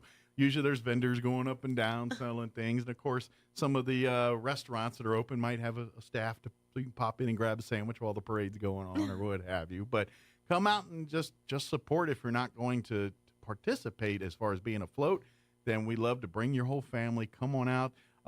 They have rules on passing out candy and stuff, but they do have walkers and things that will be giving out freebies and stuff along the way. They can't throw it from the floats for safety reasons, but they have walkers that give out candy. And There's a lot of walkers that hand out candy and have wagons full of candy. Yeah. And if you have questions on that, as turning in a float and all that, please, Adrienne will answer all those questions on the. If you go right now to the Eastern New Mexico State Fair website, which is enmsf.com, you're going to see a thing that says entry forms. You click that. Matter of fact, one of the top things at the bottom says parade. You click on that, or I think you click participate, and then it's parade, if I remember right. Participate, then parade. And then you click the parade tab, and it's got all the deadlines, your link to the form, everything you need. If you have questions, a contact for Adrienne here to get whatever information you need. Right, and you can contact the fair office, or we're very responsive to our Facebook messages, or like direct messages. Yeah, you're very active on that. There's a team of us that try to respond as quick as possible. So. And a pro tip for that, if you don't already, I encourage you to like and follow the Eastern Mexico State Fair Facebook page. Not only do you get the latest and greatest on shows and things that are going on, but that generally is the fastest way if there's any programming or weather changes out at the fair. Like if the weather's rolling in, they're like, uh-oh, that's where those announcements come. Or, we can't do this because of this, or we had to move this up because of this. That's the place where that gets put on first. So if you're going out to the fair that night, make sure you download that and look and make sure, everything you want to do is doing where it's supposed to be and all that good stuff. But, right. And our Facebook, we're just now starting to add our different entertainment acts and things that are coming, which I know different people are coming to talk about that later this week. But you don't have to wait. You just can know that it's all that information is about to just be flooding your Facebook feed. But you can see it all now at the fair's website. You can, if you can go to enmsf.com. It's an acronym initials for Eastern New Mexico State Fair. If you haven't figured that one out, and you go there, and then and even like the fair book, it's a little different this year. Now you can go to sections. You don't have to open the whole fair book and scan through. So it's a little easier to navigate some of that if you want rules about particular shows or any of that stuff. But if you want to see all the entertainment that's on tap all week long, like almost every night there's a show or some kind of something. We have a lot. We have it packed this year. Every night, and it's something for everybody. Whether you like Hispanic music or country music or a little rock and roll, got a little bit of everything for everybody. And of course, a lot of fun games and entertainment that's not music, just fun stuff going on throughout the fair. But if you go to, and we'll talk more about it next week as we get different folks in, but you can read it all and plot and plan now at enmsf.com, including getting ready for the parade on not Monday coming up, but the Monday after. A week from Monday. We are, but and like I said, is this the second year y'all have done the sneak peek for the carnival? I know it was last year too, but I can't remember if y'all did it. I think we've done it a couple of years. Okay, which I love. It's a great way to get to do for folks that love to have the kids and everything, but you're like, I kind of am busy doing livestock shows and stuff next week, but so I don't get to ride the rides as much as I want. Well, come out Friday night or come out Saturday. Not this weekend, next weekend. And come ride all the rides and do that. It's free admission into the park. You just pay the $35 unlimited armband or pay per ride basis there and have fun. They do have none of our vendors are open, but all of the carnivals. They'll have their their chicken on a stick and some of their other. They have lots of good treats. Yeah, that's actually one of the ones I always get. Like there's certain things every year I get the fair. You have to. and actually chicken on a stick is one of them, and I don't know why. It's just a chicken strip, but it's long and on a stick, and it makes me happier that way. That's what it's all about. But then I got to get that. Well, and this is a problem for me that I need to talk to my doctor about, but I spent about 7 trips in the extension office ice cream store there too before you get it. That's a good stop. You got to get at least a milkshake or a sundae or a cone or something every single time. And usually what I do is I go from there and then I go into the little store that's off the commercial building there, where that's got all the green chili spices and rubs products. and all that. And so I end up in there with an ice cream cone and I buy like 6 rubs, and it happens at least 4 times during fair week. It's a good plan. It is. But come out and get involved and have fun here. And don't forget, the parade is coming up, not this Monday, but 1 week from Monday. 10 a.m. will officially get underway here. Make sure you line Main Street from College all the way to Summit. Anywhere in between those, you're going to get a good spot for the parade. But like I said, the main stuff, the judging, all that will be right downtown, and it's going to be a little busier there. But if you're like, I don't like crowds, and head closer towards Summit or towards College, and it'll dissipate a little bit. It will.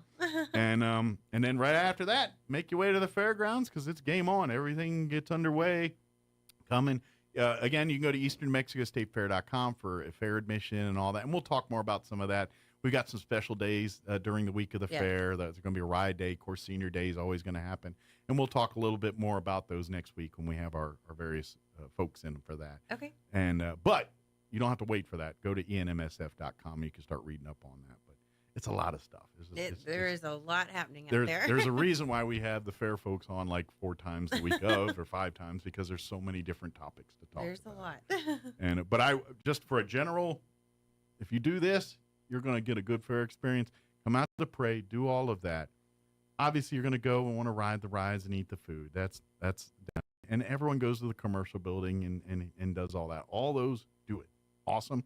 But when you're done with those things, make your way over to the other areas that sometimes the general public, I mean, the farmer rancher folks know it, but guys that just want to come and eat and ride rides and all that don't necessarily go to this side of the fair. And this is the cool part of the fair, is that livestock show ring and that education building. Those are the 2 places that you can see the coolest stuff at the fair that most people they spend all their time riding rides and don't make their way to. It is, and we have a arts and crafts building full of talent, full of projects that talented individuals in our community have put on display, and it's really fun to watch and see somebody and you're like, oh, I didn't know they could make a quilt, and this is fantastic. I'm blown away every time. And it's because there's adults that do art and crafts, there's children that do, and I sometimes dare you to if you didn't find the little tag with the kid's name and it says he's 9 or 11 years old or whatever, you would have swear like, I thought a grown person did that. I know. It's,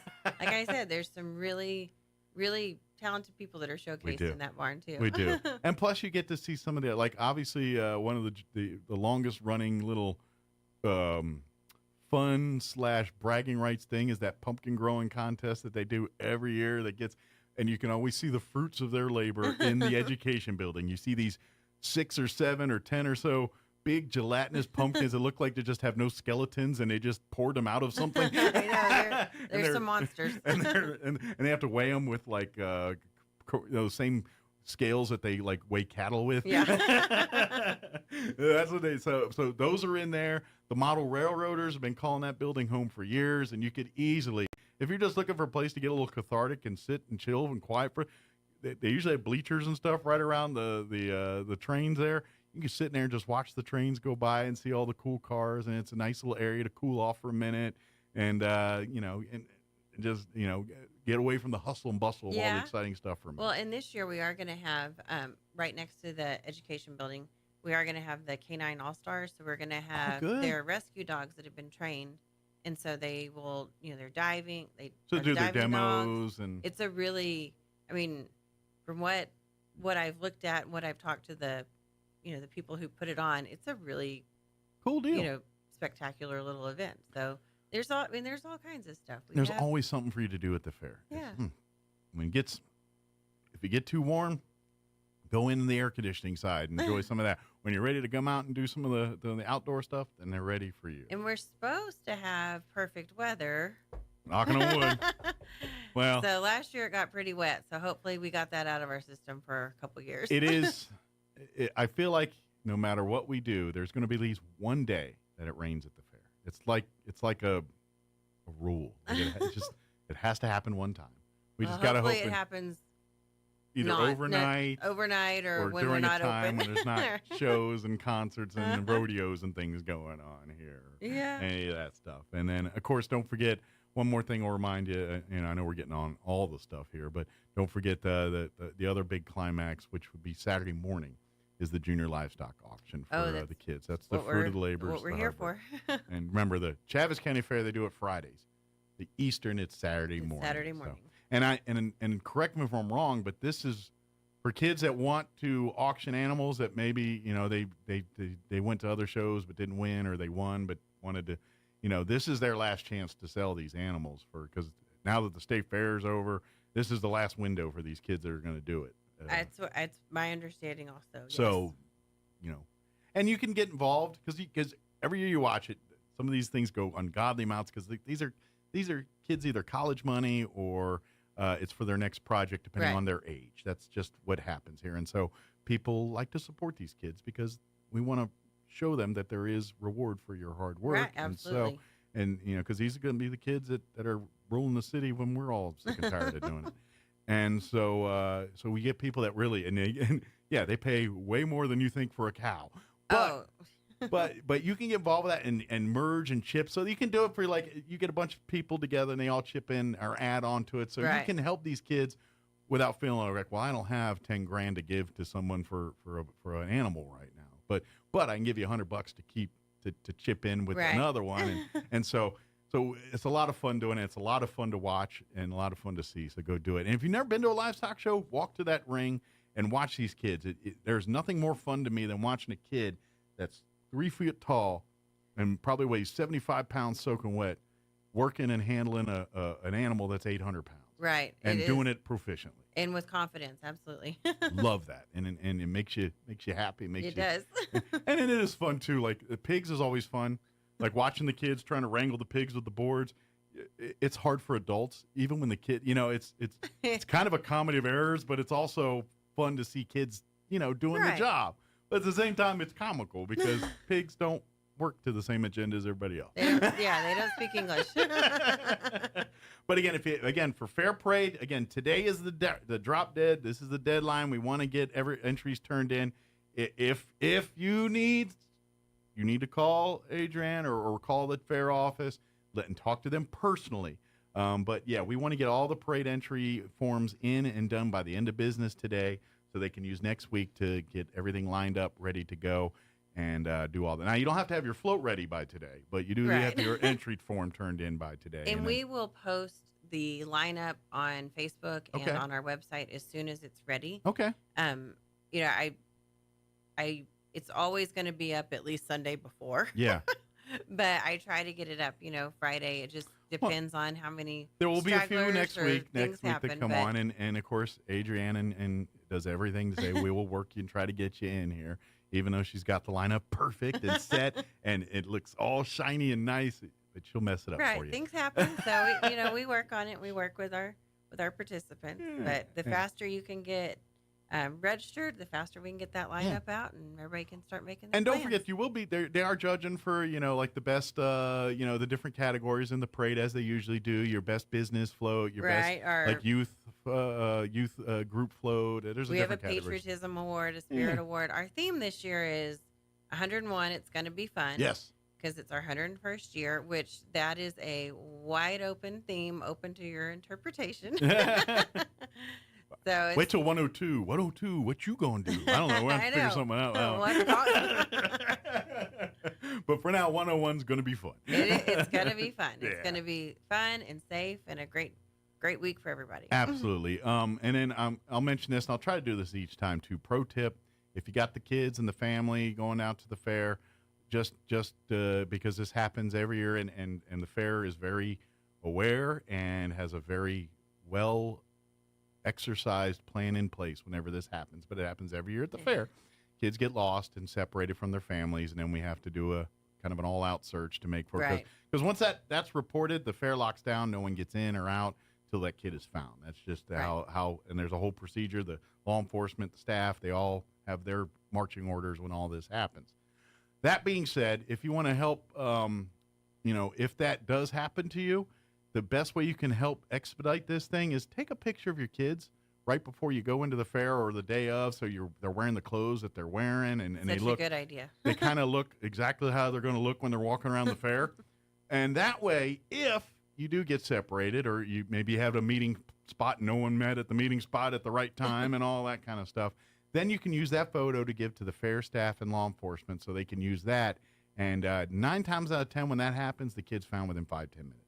And most time it's pretty quick anyway. Right. But when parents are proactive and have very accurate, up-to-date information, it's usually a little bit quicker, because now when they say, oh, he's got a Captain America shirt on, they're looking for Captain America. You know what I mean? So it does help. It does help so much. Yeah. So just a tip for that kind of thing. And hopefully you don't need it or anything like that. But, and if you have a 30-year-old that wanders too, take a picture of them and make sure that they... Like my wife takes my picture, so when I walk away, it's like, have you seen this guy? He's usually hanging around food. Adrienne, is there anything we wanted to cover that we just spaced out or skipped on or got sidetracked on? No, we're looking forward to a really, great year at the fair, and just appreciate everybody's support and patience and all of the things. And it's going to be fun.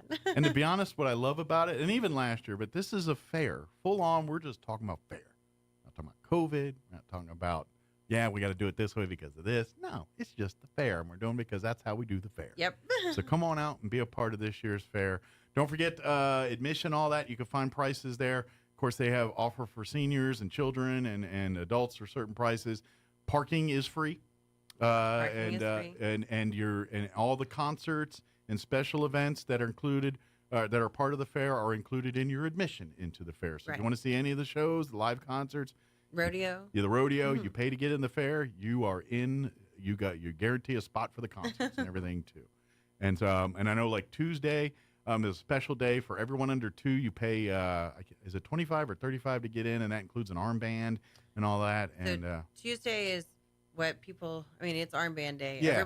There's always an armband at the fair every day. And that'll just be the different Tuesday. prices. But Tuesday it's a flat fee to get in. Yeah, it comes with the armband. Right. And if you'll do the math, if you have a family of 4, it is a great deal. Yeah, and you hit all the rides and all that. And then I'm doing this off my head, but Thursday, if you bring in 2 canned food items, you'll get a ride bad for a $10 discount, $25 right. on that day. And then I think that day's also, is it that day that's Dollar Ride Night, or is that Wednesday? One of the days is Dollar Ride Night too. I'm just doing off the top of my head. We'll do it officially next week. Yeah, I'm like, just go to the website. It has it all there for sure. I'm kind of doing it off the top of my head. I know, I do. But basically that's what's going on during Fair Week. Right. So. But parade Monday. Today's a deadline to get your entries in, and then all you need to do once you do that is get your float ready. And if you're not floating in the parade, then we'd love to see you being a spectator. Yeah, come out and enjoy it. Yeah. And get you a good spot anywhere on Main Street between College and Summit. And knowing that right around 2nd, 3rd, 4th courthouse lawn areas where the main shows and actions and where most of the people will be, but they spread out blocks either way.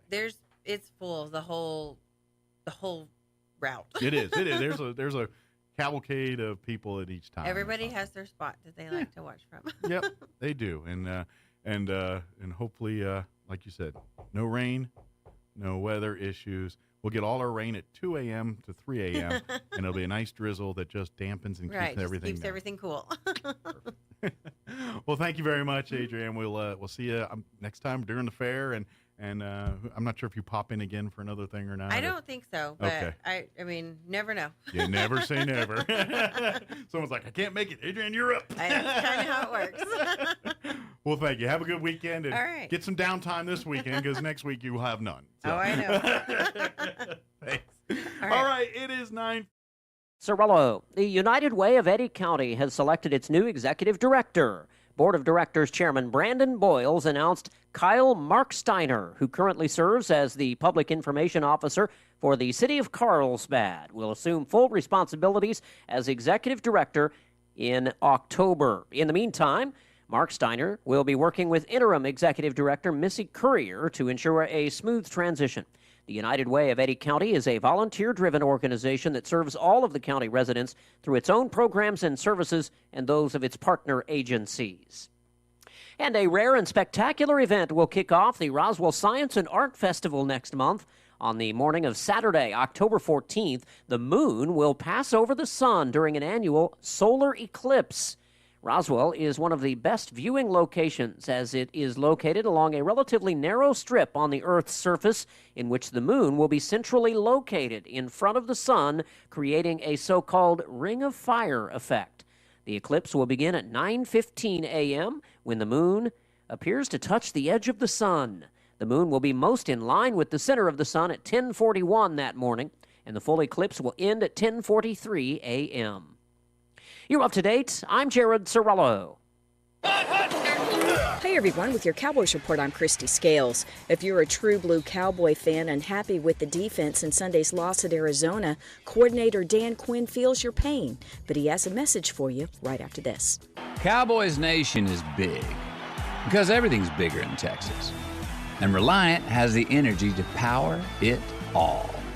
From home field advantage to home sweet home, Reliant has Dallas Cowboys fans all across the Lone Star State covered for every electric moment this season and beyond.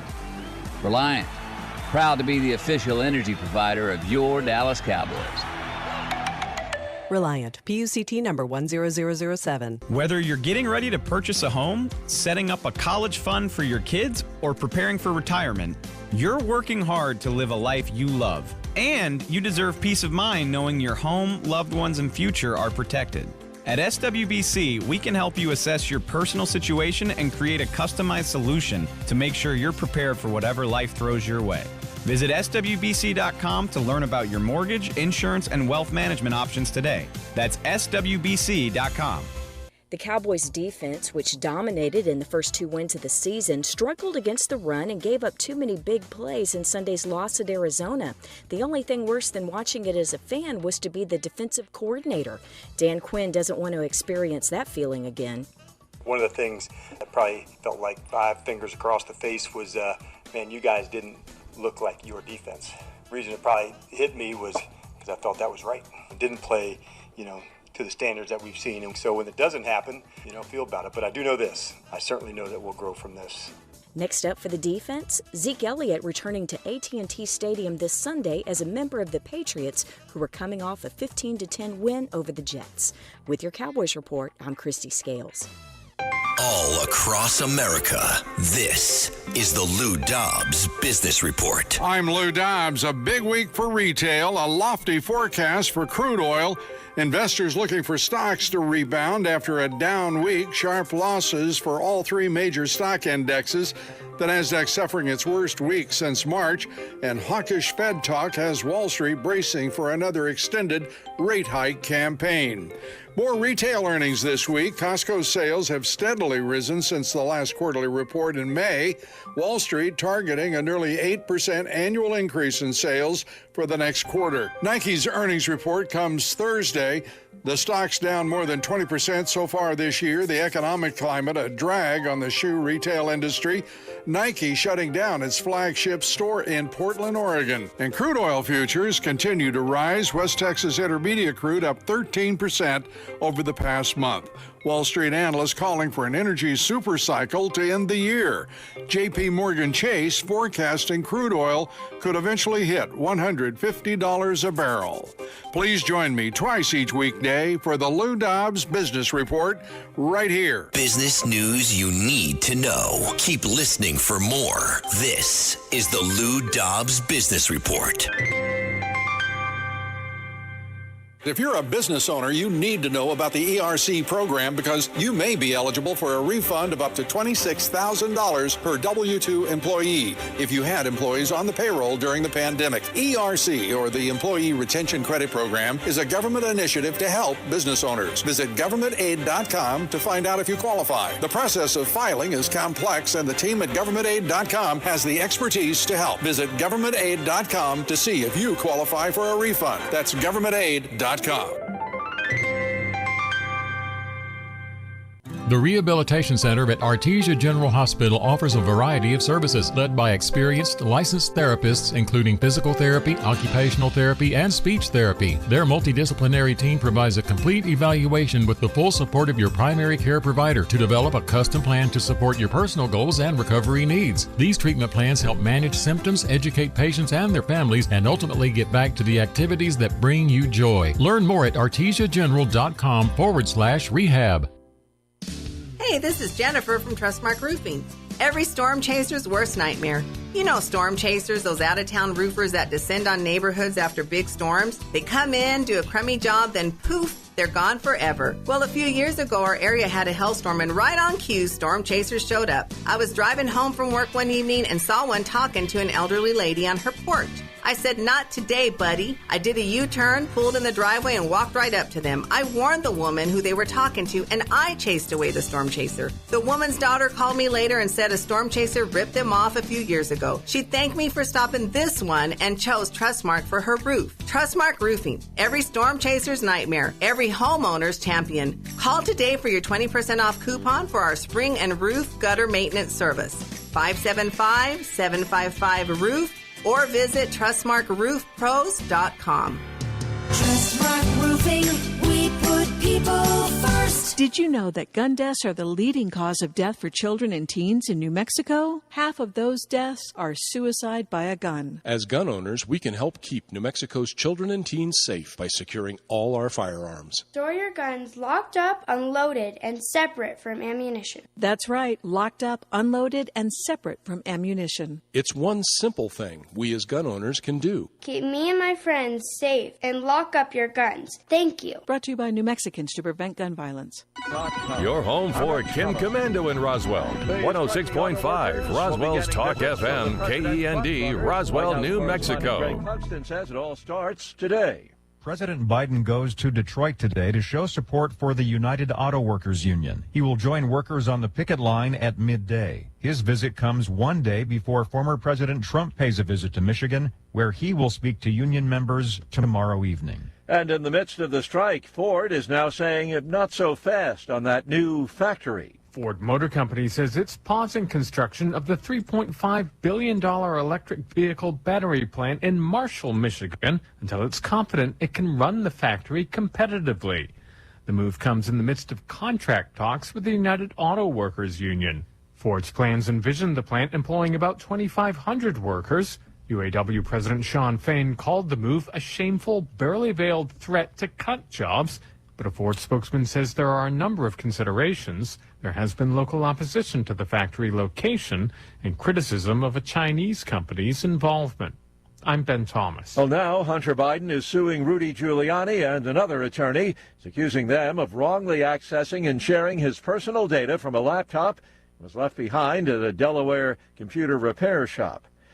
Canadian opposition parties demanding the Speaker of the House of Commons step down for inviting a man who was a Nazi SS officer during World War II to attend a speech by Ukraine's president. The 98-year-old man received a standing ovation in Parliament for fighting the Russians in Ukraine during the war, but then his Nazi past came to light. Consumer confidence, measured by the Conference Board, has taken a hit, falling to a 4-month low this month. On Wall Street, stocks are falling, the Dow down 232 points. More on these stories at townhall.com. Everybody wants cheap airfare, but where do you find it? You call low-cost airlines. Their prices are direct from the airlines, and they're so low you can't find these fares published anywhere. They specialize in cheap flights, discount hotel rooms, cheap car rental rates, and great package deals anywhere around the world. Wherever you want to go, they can help you get there cheaply and with a best price guarantee. If you want the lowest prices on your airline tickets or other travel services, call now. That's right, call. That's the only way to get these rates. Experts are standing by 24/7 to get you the cheapest airfare and hotel rates available. So don't wait. Call right now for the lowest travel prices anywhere and for great last-minute travel deals too. Call 866-755-5300. That's 866-755-5300. Again, that's 866-755-5300. Call us right now. Following a fuel depot explosion in Azerbaijan's breakaway Nagorno-Karabakh region. People crowd outside the hospital while emergency vehicles arrive. Armenian separatist authorities say the strong explosion occurred in the gasoline warehouse near the Stepanakert-Askera highway. At the moment, rescue and medical operative groups are working on the spot, they say. People had been lining up at a gas station to refuel their cars as they were fleeing to Armenia after Azerbaijan reclaimed military control of an Armenian enclave inside its territory last week. Footage obtained by the AP shows people walking through the hospital with the injured sitting on beds in corridors. I'm Charles Dillatesma. The UN says cholera and dengue outbreaks now being reported in war-torn eastern Sudan. News and analysis, townhall.com. More school districts are going to 4-day weeks for students, and that's posing a challenge for some parents. Independence, Missouri has a 4-day school week. Brandy Pruitt sends her kids there. She's a teacher in a neighboring district with 5 school days. I think there's an argument, too, that it's not the school's job to babysit. True. But it is the school's job to provide a quality education. Hundreds of school systems around the country have adopted 4-day weeks. Policy researcher Christopher Doss says it's a quick fix to a more complex issue. You're not really looking at the underlying causes of stress in the education system. I'm Julie Walker. As an end-of-month deadline looms, still no deal on a stopgap spending bill to maintain the federal government's business as usual. A House vote expected later today on a package of funding bills, a Senate working on its own funding plan. More on these stories at townhall.com.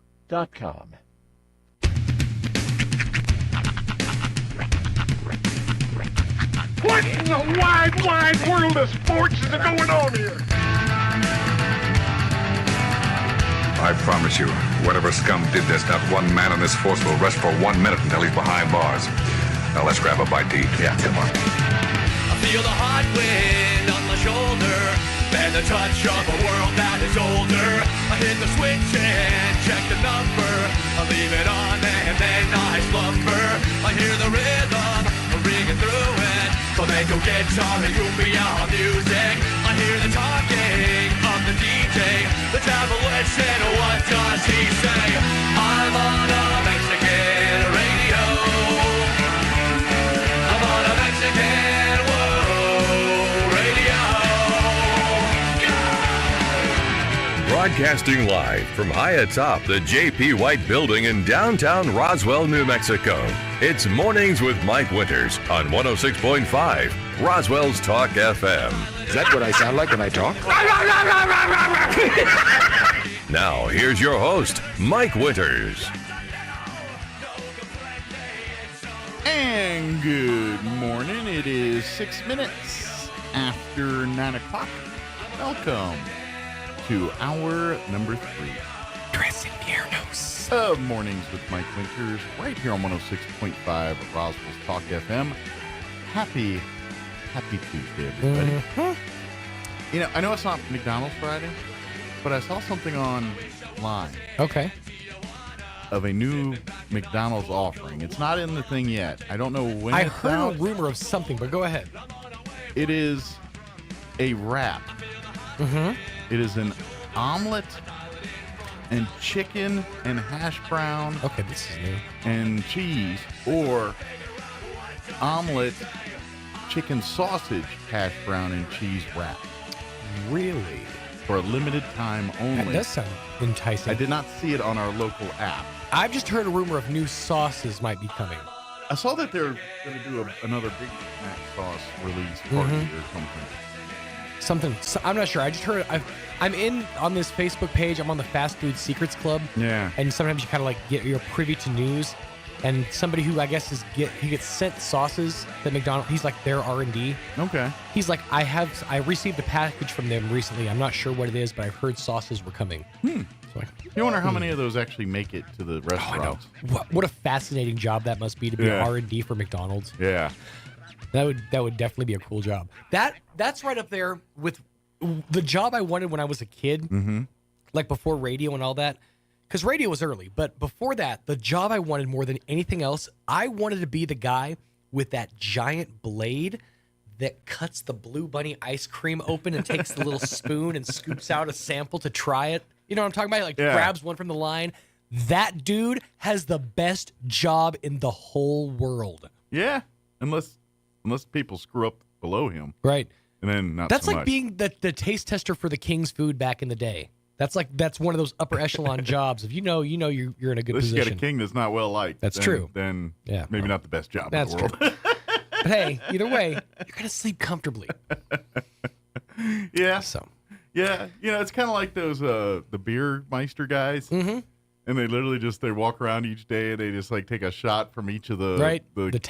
canisters or whatever, and you're just like, yeah, Good job. I feel like you can't complain at your job a lot. The when that dudes at the vineyard who just like have their whole job is walk around in high-waisted pants and just pour little snifters of wine so they can check for different notes of chocolate and cherry, like woods. Yes. Mm-hmm.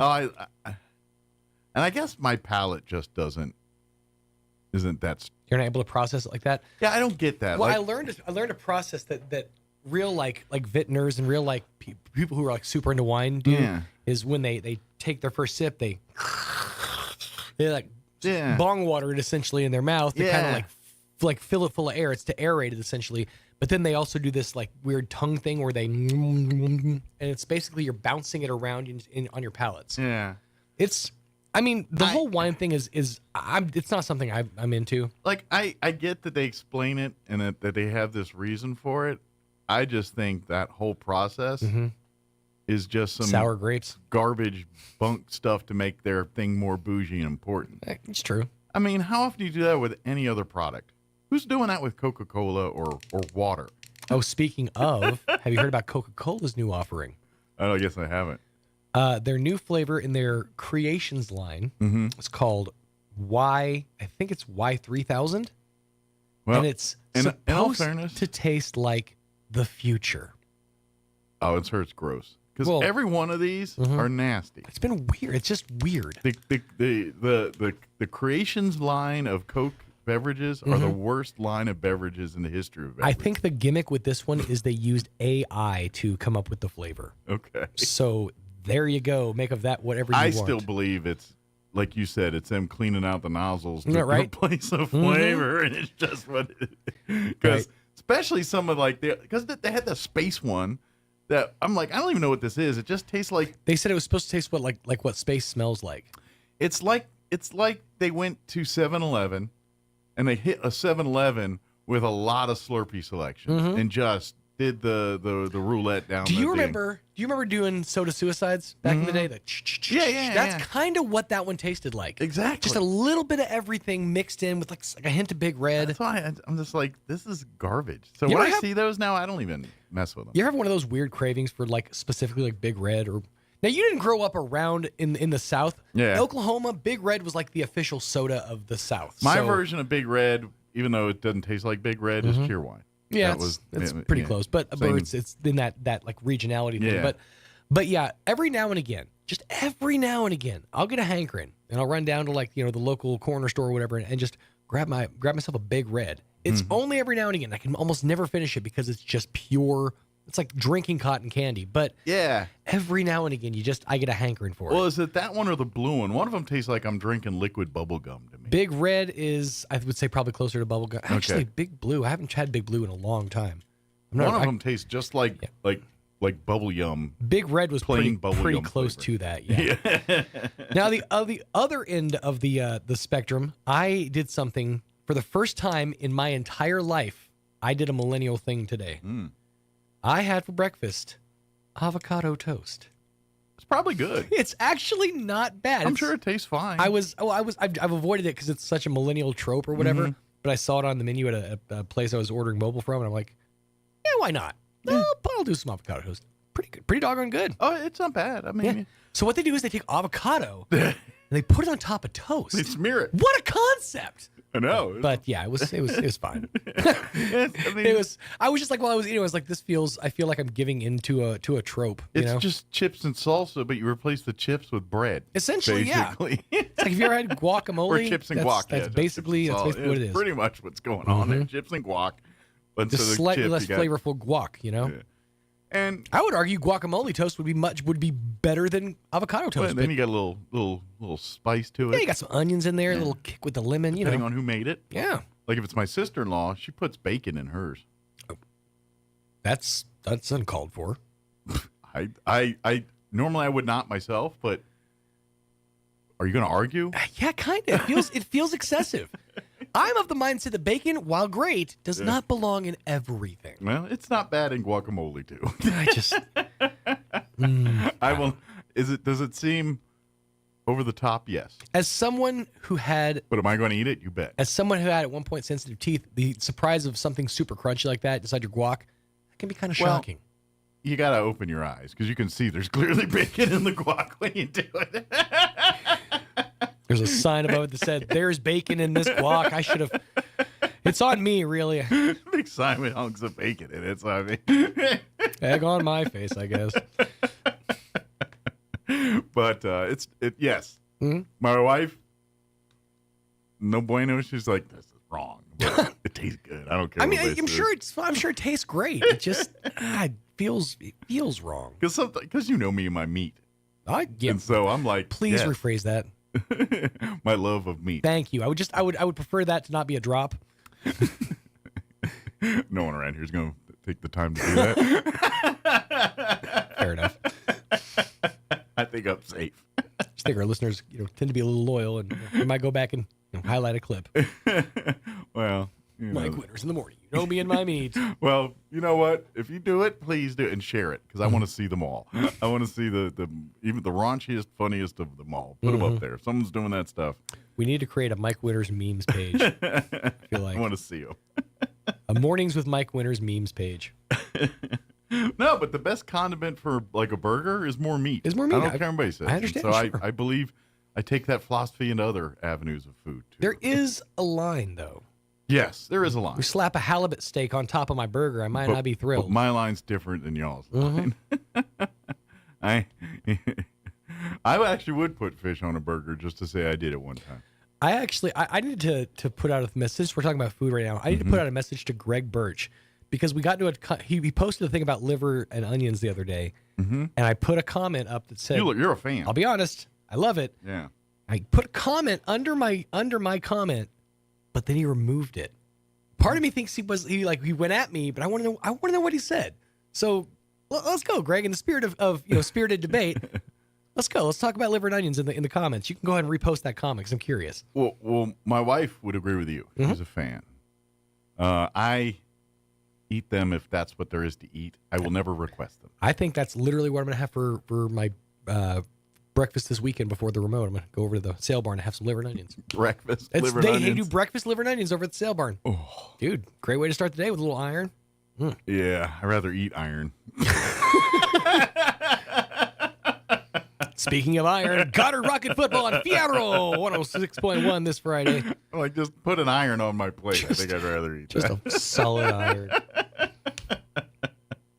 It just sounds and it smells. To be honest, it's not the smell.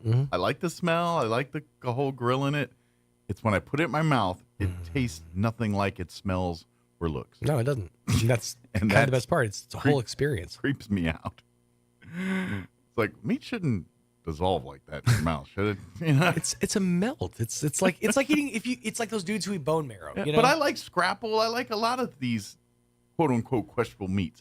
Liver itself, now to be honest, I've only had beef liver. I've never. Right. You've never had chicken livers? I've had chicken livers, but I mean like in the liver family of eating liver. That's I've never had like pork liver. I'm sure that some of those are just like inedible because they're the bloating and all that. But calf liver. I wouldn't want like Uncle Jim liver. I'm sure there's people out there eating like venison liver or something like that too. I've never messed with that. The Liver King. That's a second Liver King reference in one morning. Well, that's what and I've told this reference several times. Is that you can eat any mammal, and this is thanks to G. Gordon Liddy. I learned this information. You can eat any mammal on the planet with the exception of the liver of the polar bear. The liver of the polar bear. It's too toxic; it will kill you. I see. So you could up to and including human. Yeah. Mm-hmm. Yeah. Although, don't eat a brain. You can't eat human brain. You will. You develop something called kuru. Yeah, I was just sticking to livers. A tribe of cannibals developed this basically brain-eating amoeba that came from them consuming the brains of victims. So, just hey, fun fact of the morning. We point and laugh at you. Enjoy your avocado toast, everybody. On that note, we're going to talk livestock at the fair. Speaking of livers of beef. Oh, the irony. Yes. Livers and everything that goes around them. Yes, the irony is thick. Mm-hmm. That was a pun there, too. I wonder and the irony. I wonder if they price them out by the part. You got your liver over here. It's worth at least $13. Your cows seem to have extra parts. We breed them that way. 6 livers. 6 livers. It's one of them 12 liver cows. No, but we are going to talk livestock and Eastern Mexico State Fair. Jonathan Dudley and James Duffy will join us here in just a bit. Before we do any of that, let's get you up to date with the weather. I'm meteorologist Jennifer Naramore with your Pecos Valley weather. We have a low-pressure system in front working its way through, and scattered showers and thunderstorms bubbling up for today, especially through the afternoon and evening. And some of these storms may reach severe limits with potential for larger hail and damaging winds. Could see some bouts of heavier rainfall, too. Highs for today are ranging from the upper 80s to the low 90s, clearing out by late tonight in our low 60s. That's your latest forecast. I'm meteorologist Jennifer Naramore. Thank you, Jennifer. Currently 72 here in Roswell. Humidity's at 64%. Winds are out of the southwest at 3 miles per hour. We do have a 30% chance at some showers and thunderstorms for this afternoon, mainly after 3 today. They say some storms could be severe. Increasing clouds and a high of 91 with winds out of the south 10 to 15 miles per hour. Tonight, 20% chance at showers and thunderstorms, mainly before 9 p.m. Partly cloudy, overnight low of 62 degrees, southwest winds 5 to 15 miles per hour. Sunny and 93 for you Wednesday, winds out of the west 5 to 10. Thursday, sunny and 96, south winds 5 to 15 miles per hour. Friday, rain chances enter the forecast and stick around for the weekend. We are looking at a 20% chance at showers and thunderstorms Friday, sunny with a high of 93 otherwise, 20% for Friday night as well. Saturday, we're looking at a 40% chance at showers and thunderstorms, mostly sunny and 88. 40% chance of rain for Saturday night as well. And then Sunday, mostly sunny, 88, with a 20% chance at afternoon showers and thunderstorms. All right, it is 20 minutes after 9. We're going to take a 4-minute break, and then we're going to talk Eastern New Mexico State Fair, livestock stuff on the other side. Don't go away. Believe it or not, your home insurance company isn't evil. Jennifer from Trustmark Roofing here. A lot of roofers make your insurance company out to be your enemy. They'll talk about fighting and battling your insurance to get you the claim you deserve. But honestly, your insurance company is a group of people just like you and me. That's why we don't treat your roof insurance claim like we're going to war. We treat it like a court case. We provide your insurance company every piece of evidence needed to get you the highest possible claim. We submit photos, videos, detailed documents, and line-by-line estimates. And guess what? Our non-combat approach works. On 92% of roof insurance claims, we get the highest amount the first time. And the rare times we don't, well then, that's when we go to bat for you. Call today for your 20% off coupon for our spring roof and gutter maintenance service. 575-755-ROOF or visit TrustmarkRoofPros.com. Trustmark Roofing, we put people first. Innovation, service, integrity, and knowledge. J.S. Ward & Son Insurance Agency. Auto and home, life and health, personal and commercial. Bonds too, since 1925. We have the coverage for you. Innovation, service, integrity, and knowledge. J.S. Ward & Son Insurance Agency. Listen up, golfers. Pecos Valley Production presents the first annual Dairy to Dank Golf Tournament, Saturday, October 14th at the Spring River Golf Course. This 3-person scramble begins at 11 a.m. with a shotgun start at noon. It's only $450 per team, including food, drinks, and beer. A portion of the proceeds to benefit the Anita Silas Memorial Fund, supporting breast cancer awareness. Sponsorships are available. Contact Maria Sosa at 575-914-2732 for more information and to get signed up. The first annual Dairy to Dank Golf Tournament, Saturday, October 14th at the Spring River Golf Course in Roswell. Sponsored by Pecos Valley Production. Hitting the green since 2016. The ultimate Wi-Fi experience is now available to you thanks to Smart Home Wi-Fi with Plateau. Get fiber-to-home technology 100 times faster than average household internet speed. Plateau has multiple plans and options to fit your family. With Fast, get true 100 megs per second download and upload speed. With Faster, get true 500 megs of download and upload speeds. And with Fastest, you get 1 gig. Learn more at plateautel.com. Get the speed you need with Plateau.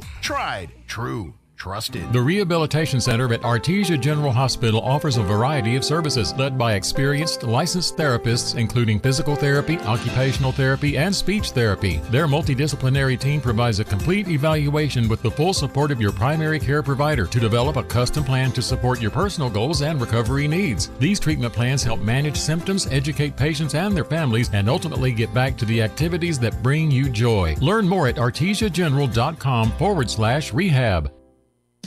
Hey, this is Jennifer from Trustmark Roofing. Every storm chaser's worst nightmare. You know storm chasers, those out-of-town roofers that descend on neighborhoods after big storms. They come in, do a crummy job, then poof, they're gone forever. Well, a few years ago, our area had a hailstorm, and right on cue, storm chasers showed up. I was driving home from work one evening and saw one talking to an elderly lady on her porch.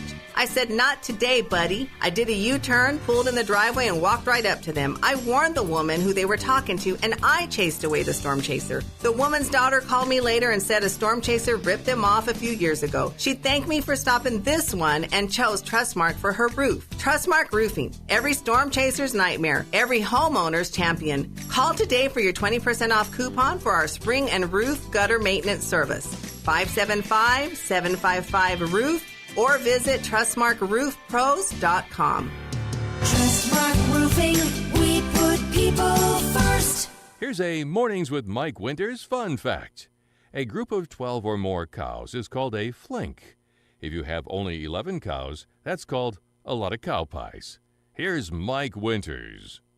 You ever use that term out in the farm and ranch, a flink of cows? No, me not either. me. Me either. But I don't have a lot of dealings with cows either. Yeah. Good morning. It is 25 minutes after 9 o'clock. And joining us in studio this morning, talk some Eastern New Mexico State Fair. James Duffy and Jonathan Dudley are back with us. Good morning, gentlemen. How y'all doing today?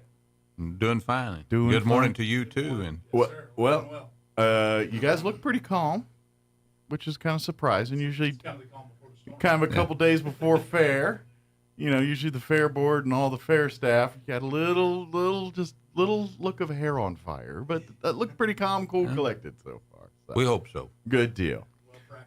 Yeah, well, you know, when you have 101 of these, you tend to get good after them. After a while, you get good at these. I hadn't been there for all of them. I just said that we've done 101 ourselves. You guys look good. You guys look good for doing 101 of these. You know, there's just good people behind the scenes. But you know, it's not the fair board. I promise you. Well, and I'm guessing that you know, the things that the first groups they pass that. Like, I'm sure there's a Bible or a book or something that has like all the things fair. That's probably nuggets of wisdom from years of boards and years of volunteers that painted on rocks all over the fair. There you go. It's in hieroglyphics.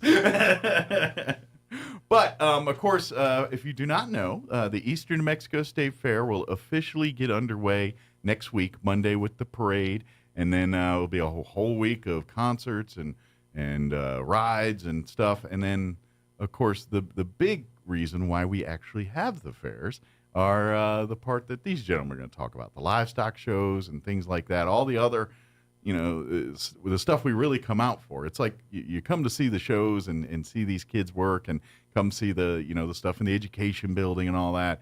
And then the riding of the rides and the eatings of the food and all the other entertainment and concerts are all just the side stuff. The real part of the fair is those kids in those show rings, those kids in the educational building doing their thing each and every day out at the fair.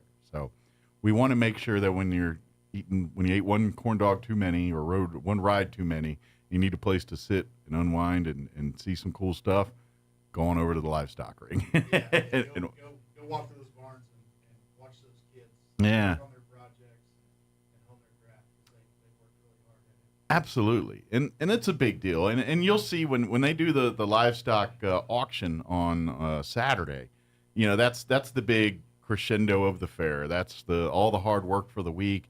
that's where it comes, and the public comes and does their thing and provides, either seed money for these kids' next project, or this is paying for college. This is paying for whatever they want to do as adults here. Absolutely. And doing all that. And they learn all these things through FFA, through 4-H, through the fair, through these livestock stuff. This is where these kids are getting that. So we want to make sure you come out and see their hard work and see the fun, the other fun part of the fair here too. So. Yeah.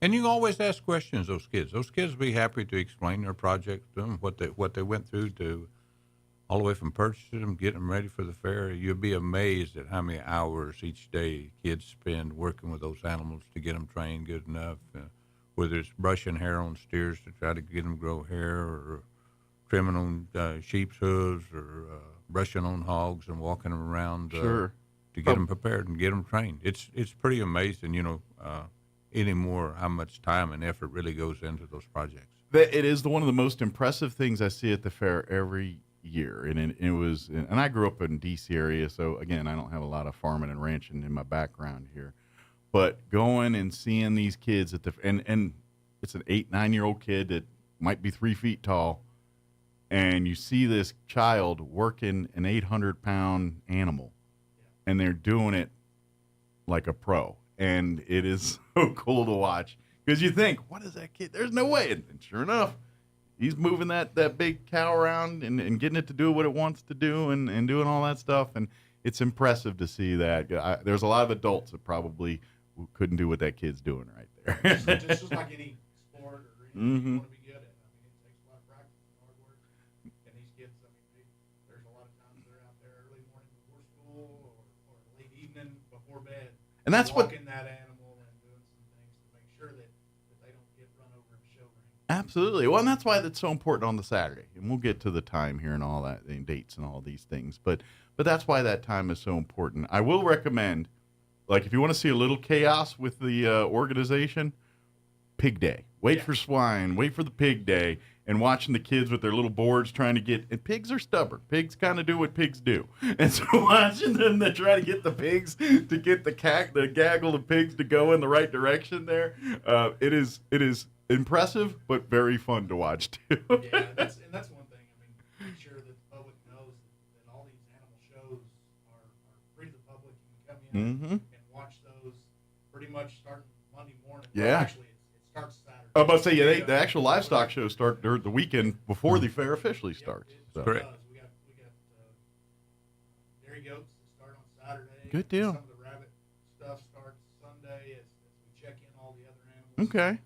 So it will be pretty quiet out at the fair on Sunday, but there will be some rabbits and things going. Quiet as far as the public goes. Yeah. We'll bring it in. So I think as of last night, we've got right at nearly 1,500 entries. Awesome. 452 different exhibitors. So we got 452 kids that are bringing animals across. I believe right now we're representing 26 of the 33 counties. I was about to say, it's all over New Mexico. This is the Eastern New Mexico State Fair, but it really is New Mexico State Fair number 2. Well, we'd like to think it's number one. Number one. Yeah. Well, they got us beat by calendar because they were a couple of weeks ahead of us. But short of that. Well, there's a lot of people forego the state fair to come here because they like this fair better than the state fair. It's amazing that they say, hey, we'd rather come here than go to Albuquerque. And I think a lot of people too, back when COVID hit and kids are still growing and kids are still being kids and they still needed to do their stuff. Well, they'd already invested in those projects. Exactly. You guys, you were like, no, we're gonna make this happen here, and if y'all don't remember, here at Eastern New Mexico State Fairgrounds hosted basically the state fair shows and everything during COVID and all that. So, and I think a lot of people appreciate and understand that, and because of that, they probably have a little bit of favoritism towards our fair, which. Nothing matter with that. Nothing wrong with that. I tend to agree with them. So, but and if you want to see the schedule and if you want to pick and choose what shows you want to do, or if you've got family members that are showing animals in any of the shows, the Eastern New Mexico State Fair's website has the full fair book. It's a little different this year. Now you can go to the livestock section. You don't have to rifle through the entire book to get to the livestock section. You'll see the parade entry, different entry links. There'll be one for the livestock stuff. You click that, and then all the information. And I think it's even broken down by the different classes and categories. So if you need to know the rules and requirements, all of it's there for you to read. It's a little slow to read on the radio, so we're going to let you read that at your leisure. That as well. Leslie does a pretty good job of making sure that stuff's up to date on Facebook. Absolutely. Saying what's happening in certain days, and not just livestock. Yeah. As far as concerts and stuff of that nature. It's all going to be follow the Facebook, and that's kind of the quickest way. Absolutely. And by the way, thanks to the Wrights Amusements, once again this year, the carnival will have a sneak peek this weekend before the fair. So Friday night, and then pretty much starting noon on Saturday, they're going to be riding. So if you want to see that first livestock show on Saturday, come out, get your ride, bam, ride around, and when it's time for the show, you mosey on over to the livestock ring and get you. By that time, your belly's going to be churning because you ate 6 funnel cakes and you rode the spinny thing around 10 times. And those 2 days are free gated missions. Yeah, it doesn't cost anything. Now, be advised, the commercial building won't be open. The only thing is really the livestock ring will have shows going on, and the rides with their food will be open. But even some of the food vendors may be open in the food alley there, but most of them won't officially open until Monday next week. Yeah, it's still considered setup time, but carnival, it's good to have a little, just make sure all the rides are right.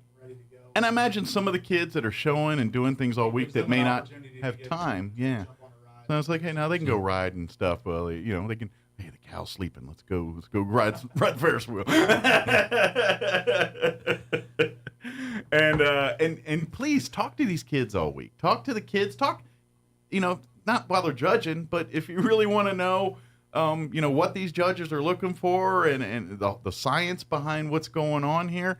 Don't hesitate to talk to the kids, like you said earlier, or maybe even talk to some of the judges. Like I said, not when they're in the middle of judging, but if they're having a cup of joe waiting for their next thing and you want to shoot the bull with them, come on down, shoot the bull with them. But, that way you can kind of learn, because it's from the layperson, you're kind of like, it's really interesting, but you don't, what's that guy? Why does he keep grabbing there? What's he doing there? And you're kind of wondering what it's about. And then when you talk to the judges, it's like he's looking for this, this, and this, or she's looking for this, this, and this. And once you understand, you're like, oh, okay, that makes sense now. But to someone who's just watching, you're like, all right, that's different. So to ask questions, talk to people if you don't know. And then one thing we definitely want to put on people's radar, and we'd love to invite the entire community to come out. Of course, Saturday night's a busy night with all the stuff and all that, but Saturday morning and everything will be the actual junior livestock auction sale that happens at the end of the fair. That's officially the end of the livestock portion of the show for the fair and all that stuff. And it's fun to watch because you see the numbers and you see the amounts that people are bidding on these animals, and it makes you happy because we know it's for the projects, it's for things. People are paying way more for cows and pigs than you would have if you went and just bought a pig or a cow for yourself here. But we all get it. We understand that you're rewarding this kid for the years of lessons that they've been acquiring through their animals, through their projects and things like that. And so now you're when the instructors and parents and everybody is sitting down with them and saying, you do it this way, this is why it's done this way, and it's been done this way for years for this reason and all that. And then when they see the result of people bidding money and doing all that, they're like, okay, that kind of seals the deal for this is all right. Now I get it. It kind of gives them the light bulb moment of why everything's done the way it is sometimes. And it's, makes them very happy that now they just got a couple $1,000s for college or whatever their next seed project will be. It's very important. It's a lot of fun. It is. I mean, and this community has been fantastic. Yeah. Supportive of agriculture and youth in agriculture for years and years and years. And, it just amazes me that people come out and support the way they do these kids and their projects. It reminds us every time how great a community we have. We have a tremendous community. And even you sitting over there for everything you do as far as putting things out there, as far as things going on in the community, I'm appreciative of that because I listen to you and you different things, and it's amazing what's going on in the community. We have a very busy, people say when I'm done going on in this town, they really are trying hard not to find anything. Yeah. They really don't have to look very Exactly. There's something going on, and with the and obviously with fair here, so come support these kids. What time does the auction start on Saturday? So we'll have our buyer's breakfast at 8 a.m. And you can't miss that because it's food and it's country breakfast, man. You can't. Thanks to Farmers Country Market as always for helping us make that possible. Yeah. If you ever want to eat well, go to any farmer rancher event. I'm telling you. Yeah. We're good at feeding. That's right. Because we feed America. That's exactly. Feed the world. You think they're going to put out a bad spread? That's what they do for a living, man. So then the sales start at 9 a.m. Sharp. Hopefully we hope to have everything sold and out of there. We want to get all these families back home. They've all.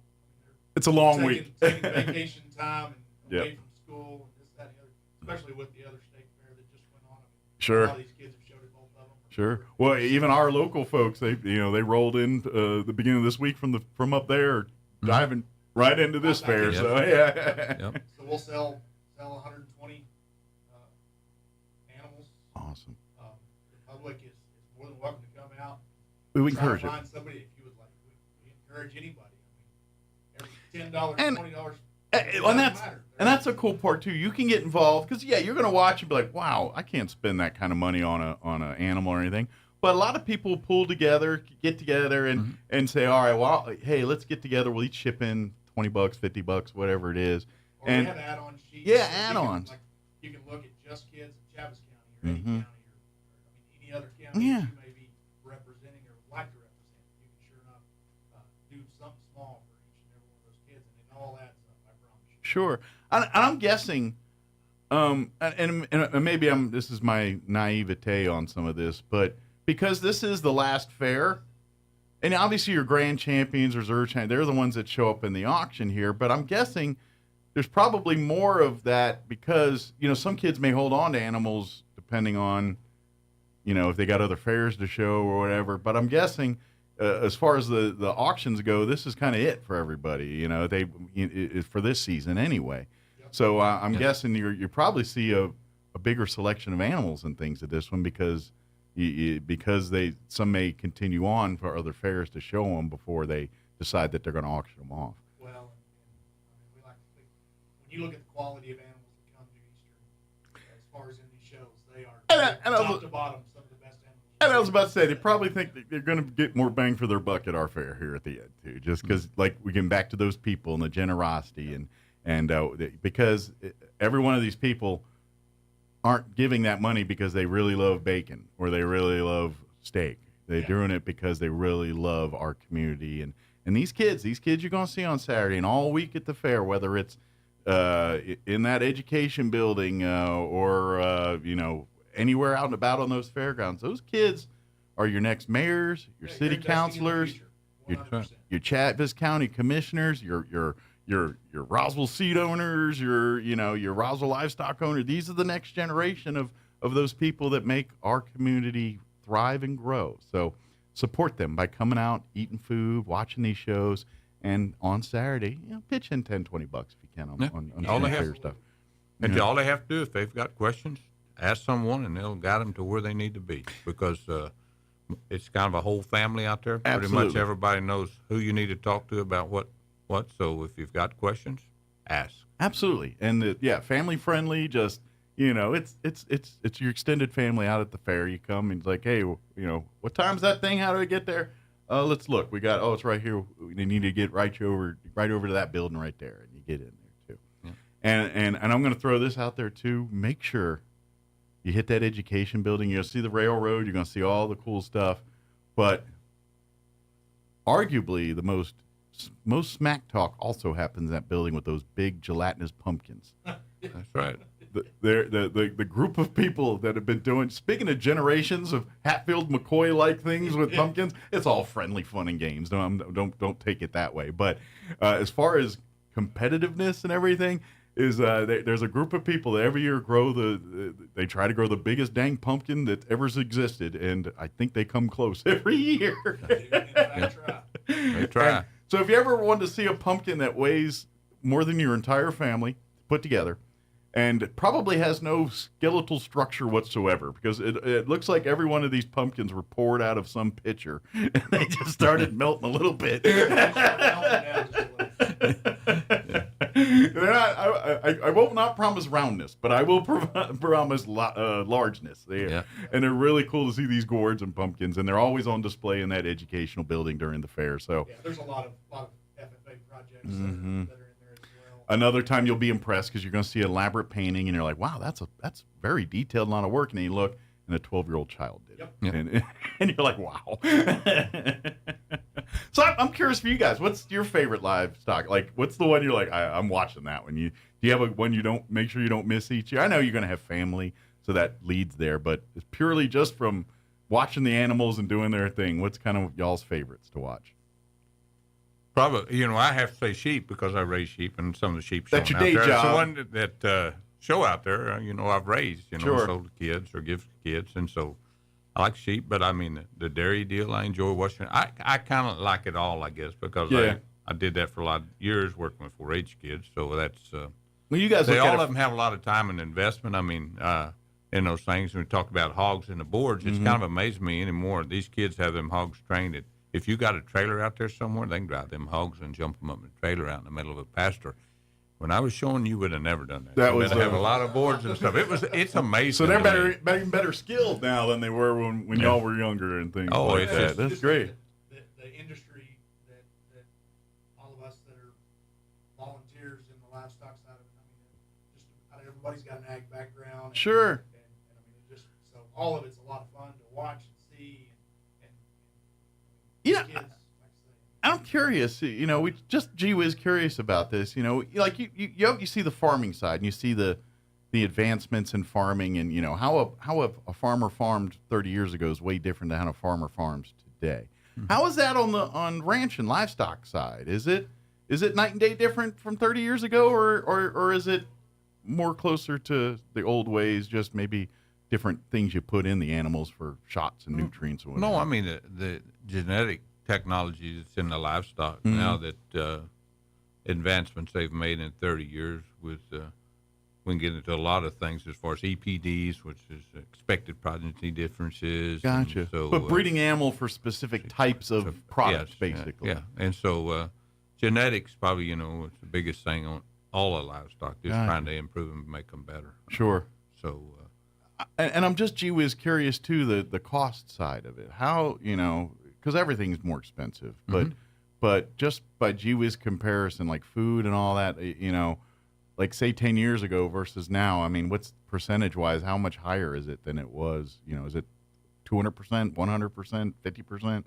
Ballpark of the cost of production. Yeah, like if you cost, like say whatever it cost you to run an operation 10 years ago, how percentage wise, how much higher would it be now? Is it a bunch? Yeah, I'm just trying to get perspective to people to show them exactly. You talk about your prices at the store, and it's like, why is chicken all this? I was like, you got to realize that it doesn't start at the grocery store. There's reasons where these prices go, and it's part of it's the cost of doing business. Well, it's some of it, but I would say most of the price difference in that stuff came from the middleman.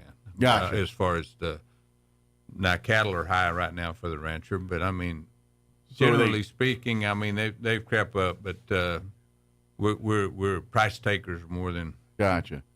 So basically, the middle people, the farmers are getting the shaft one end, and then the stores are getting the shaft the other way. Basically. Well, the consumers or what? The consumer. Consumers, ultimately the consumer. But I mean, the people that package it, truck it. I mean, there's a lot of things that's involved in food production that a lot of people don't think about, other than just raising crops or livestock or whatever, and getting it to the shelf. There's a lot of middle hands that touch all those, and everybody's has to make some profit along the line. So, and I won't say anybody's making a killing, just right employs people and. Well, and I would even imagine too, just with where your consumer is. I mean, because let's face it, back years ago, where refrigeration and transportation weren't what they are now.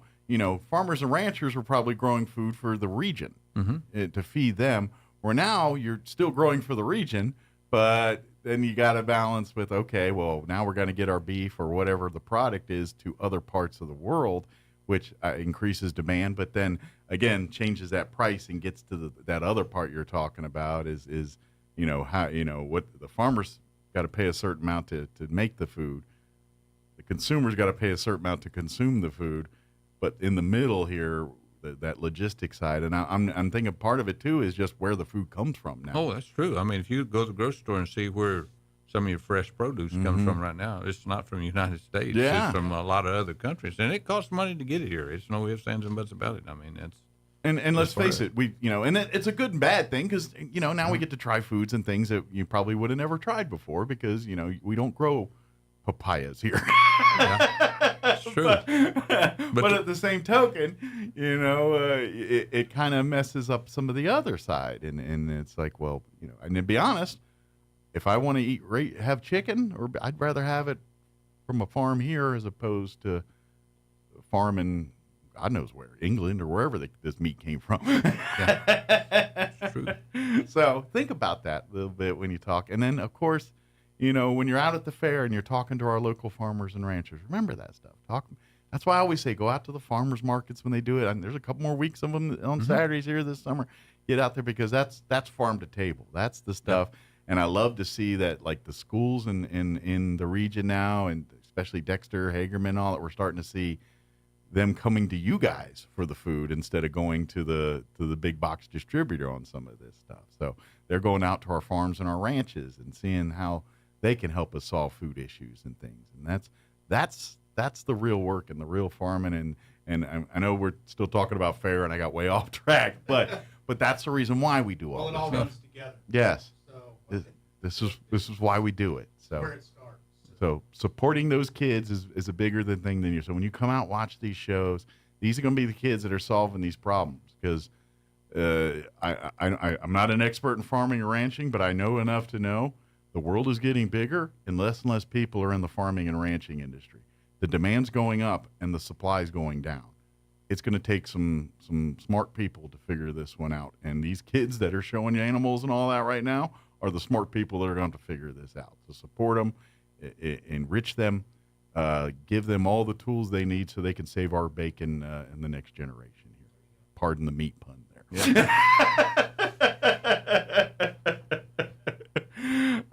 And of course, again, go to the Eastern New Mexico State Fair website, enmsf.com, to see the entire schedule of the livestock shows, the concerts, the ride schedule, admission, the special days. Like we're going to have Senior Day will be Wednesday. Free admission for seniors 55 and up that day. They're going to have special events and things in, I think, the Hobson building for seniors and all that, too. Tuesday is your Ride 'em Cowboy Day. So if you want to ride rides, that's your day. Everyone 2 and over. Doesn't matter who you are. If you're 2 or older, you're getting into the fair on Tuesday, you're going to pay $25. And with that, you're going to get an unlimited ride armband, which are normally $35. So if you want to ride night, you can bring the whole family, save some money because you're basically paying $25. You normally would have paid $10 admission or $12 admission and $8 for children. And then you're so you're saving a ton of cash by bringing the whole family out Tuesday night. I believe Thursday night is dollar ride night.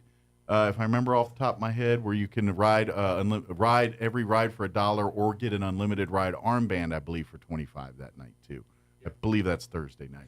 Canned food drive as well. Yeah, bring 2 cans of food. That's that same night too. Mm-hmm. I'm sorry, you missed. One of those. I'm doing it all off the top of my head. Runs together. So if I say anything wrong, correct me by going to the fair book and go to the fair. The other thing I'm going to remind you to do each time is like and follow the Eastern New Mexico State Fair Facebook page. Not only is that a good reminder to talk about different shows and things, but it's the fair. It's a live event. Live things are happening. Sometimes things happen. Sometimes it rains. Sometimes plumbing or something doesn't work at some place and it causes us to reschedule or move an event or something. Yeah, if there's going to be any show cancellation, or if we're going to lock the gates for a little bit or something, it's going to be on that Facebook. And that's usually the quickest place. And then guys like radio guys like us, that's where we learn it, and then we tell everybody, on the world. But that way you can like it, follow it yourself, and cut out the middleman on getting that information.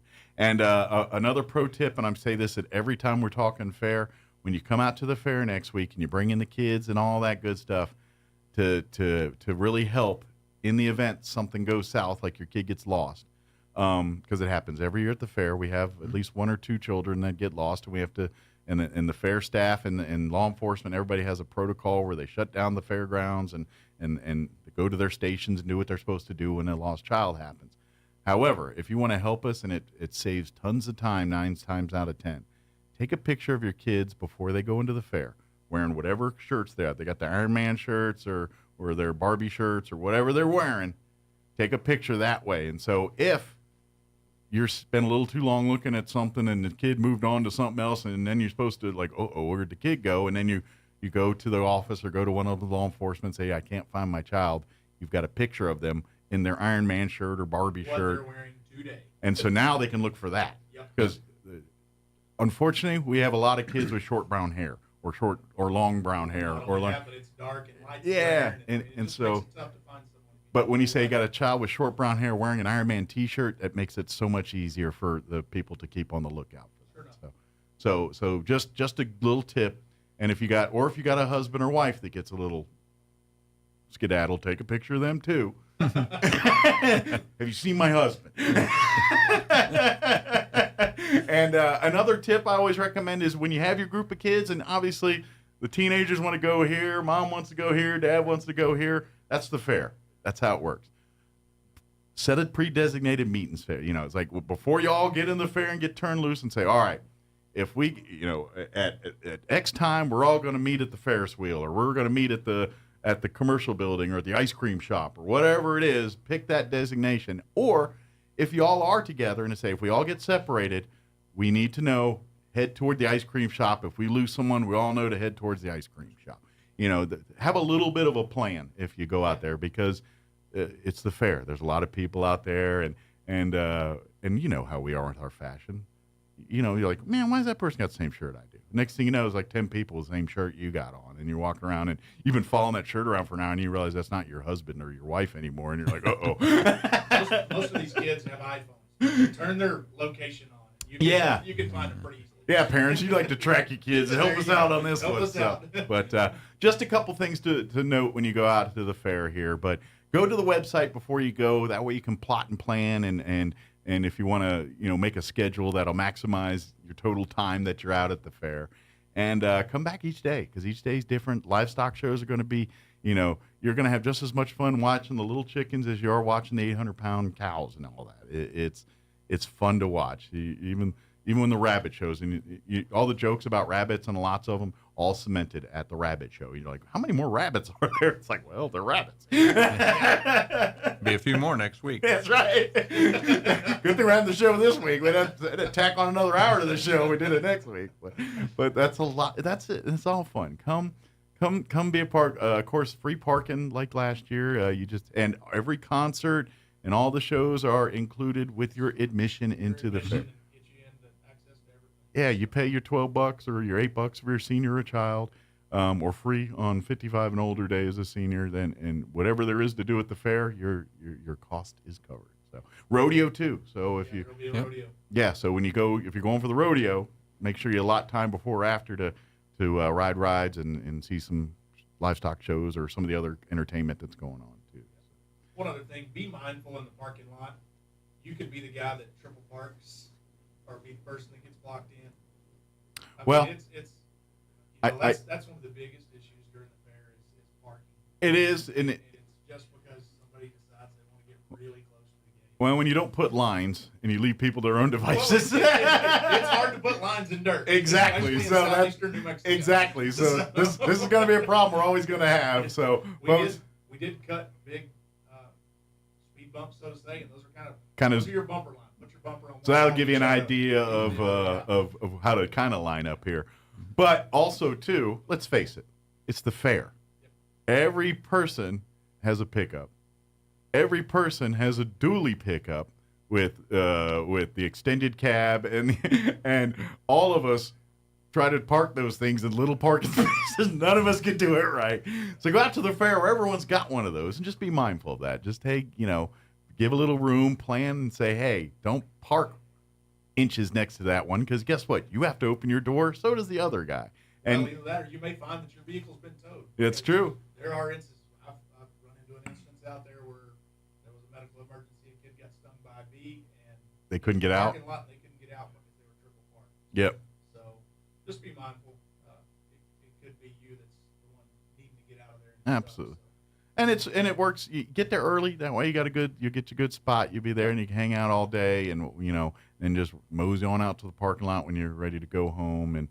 But there's going to be lots of security and law enforcement, lots of staff and folks around. So if you've got questions or need help, you're within moments of somebody that can help you do that.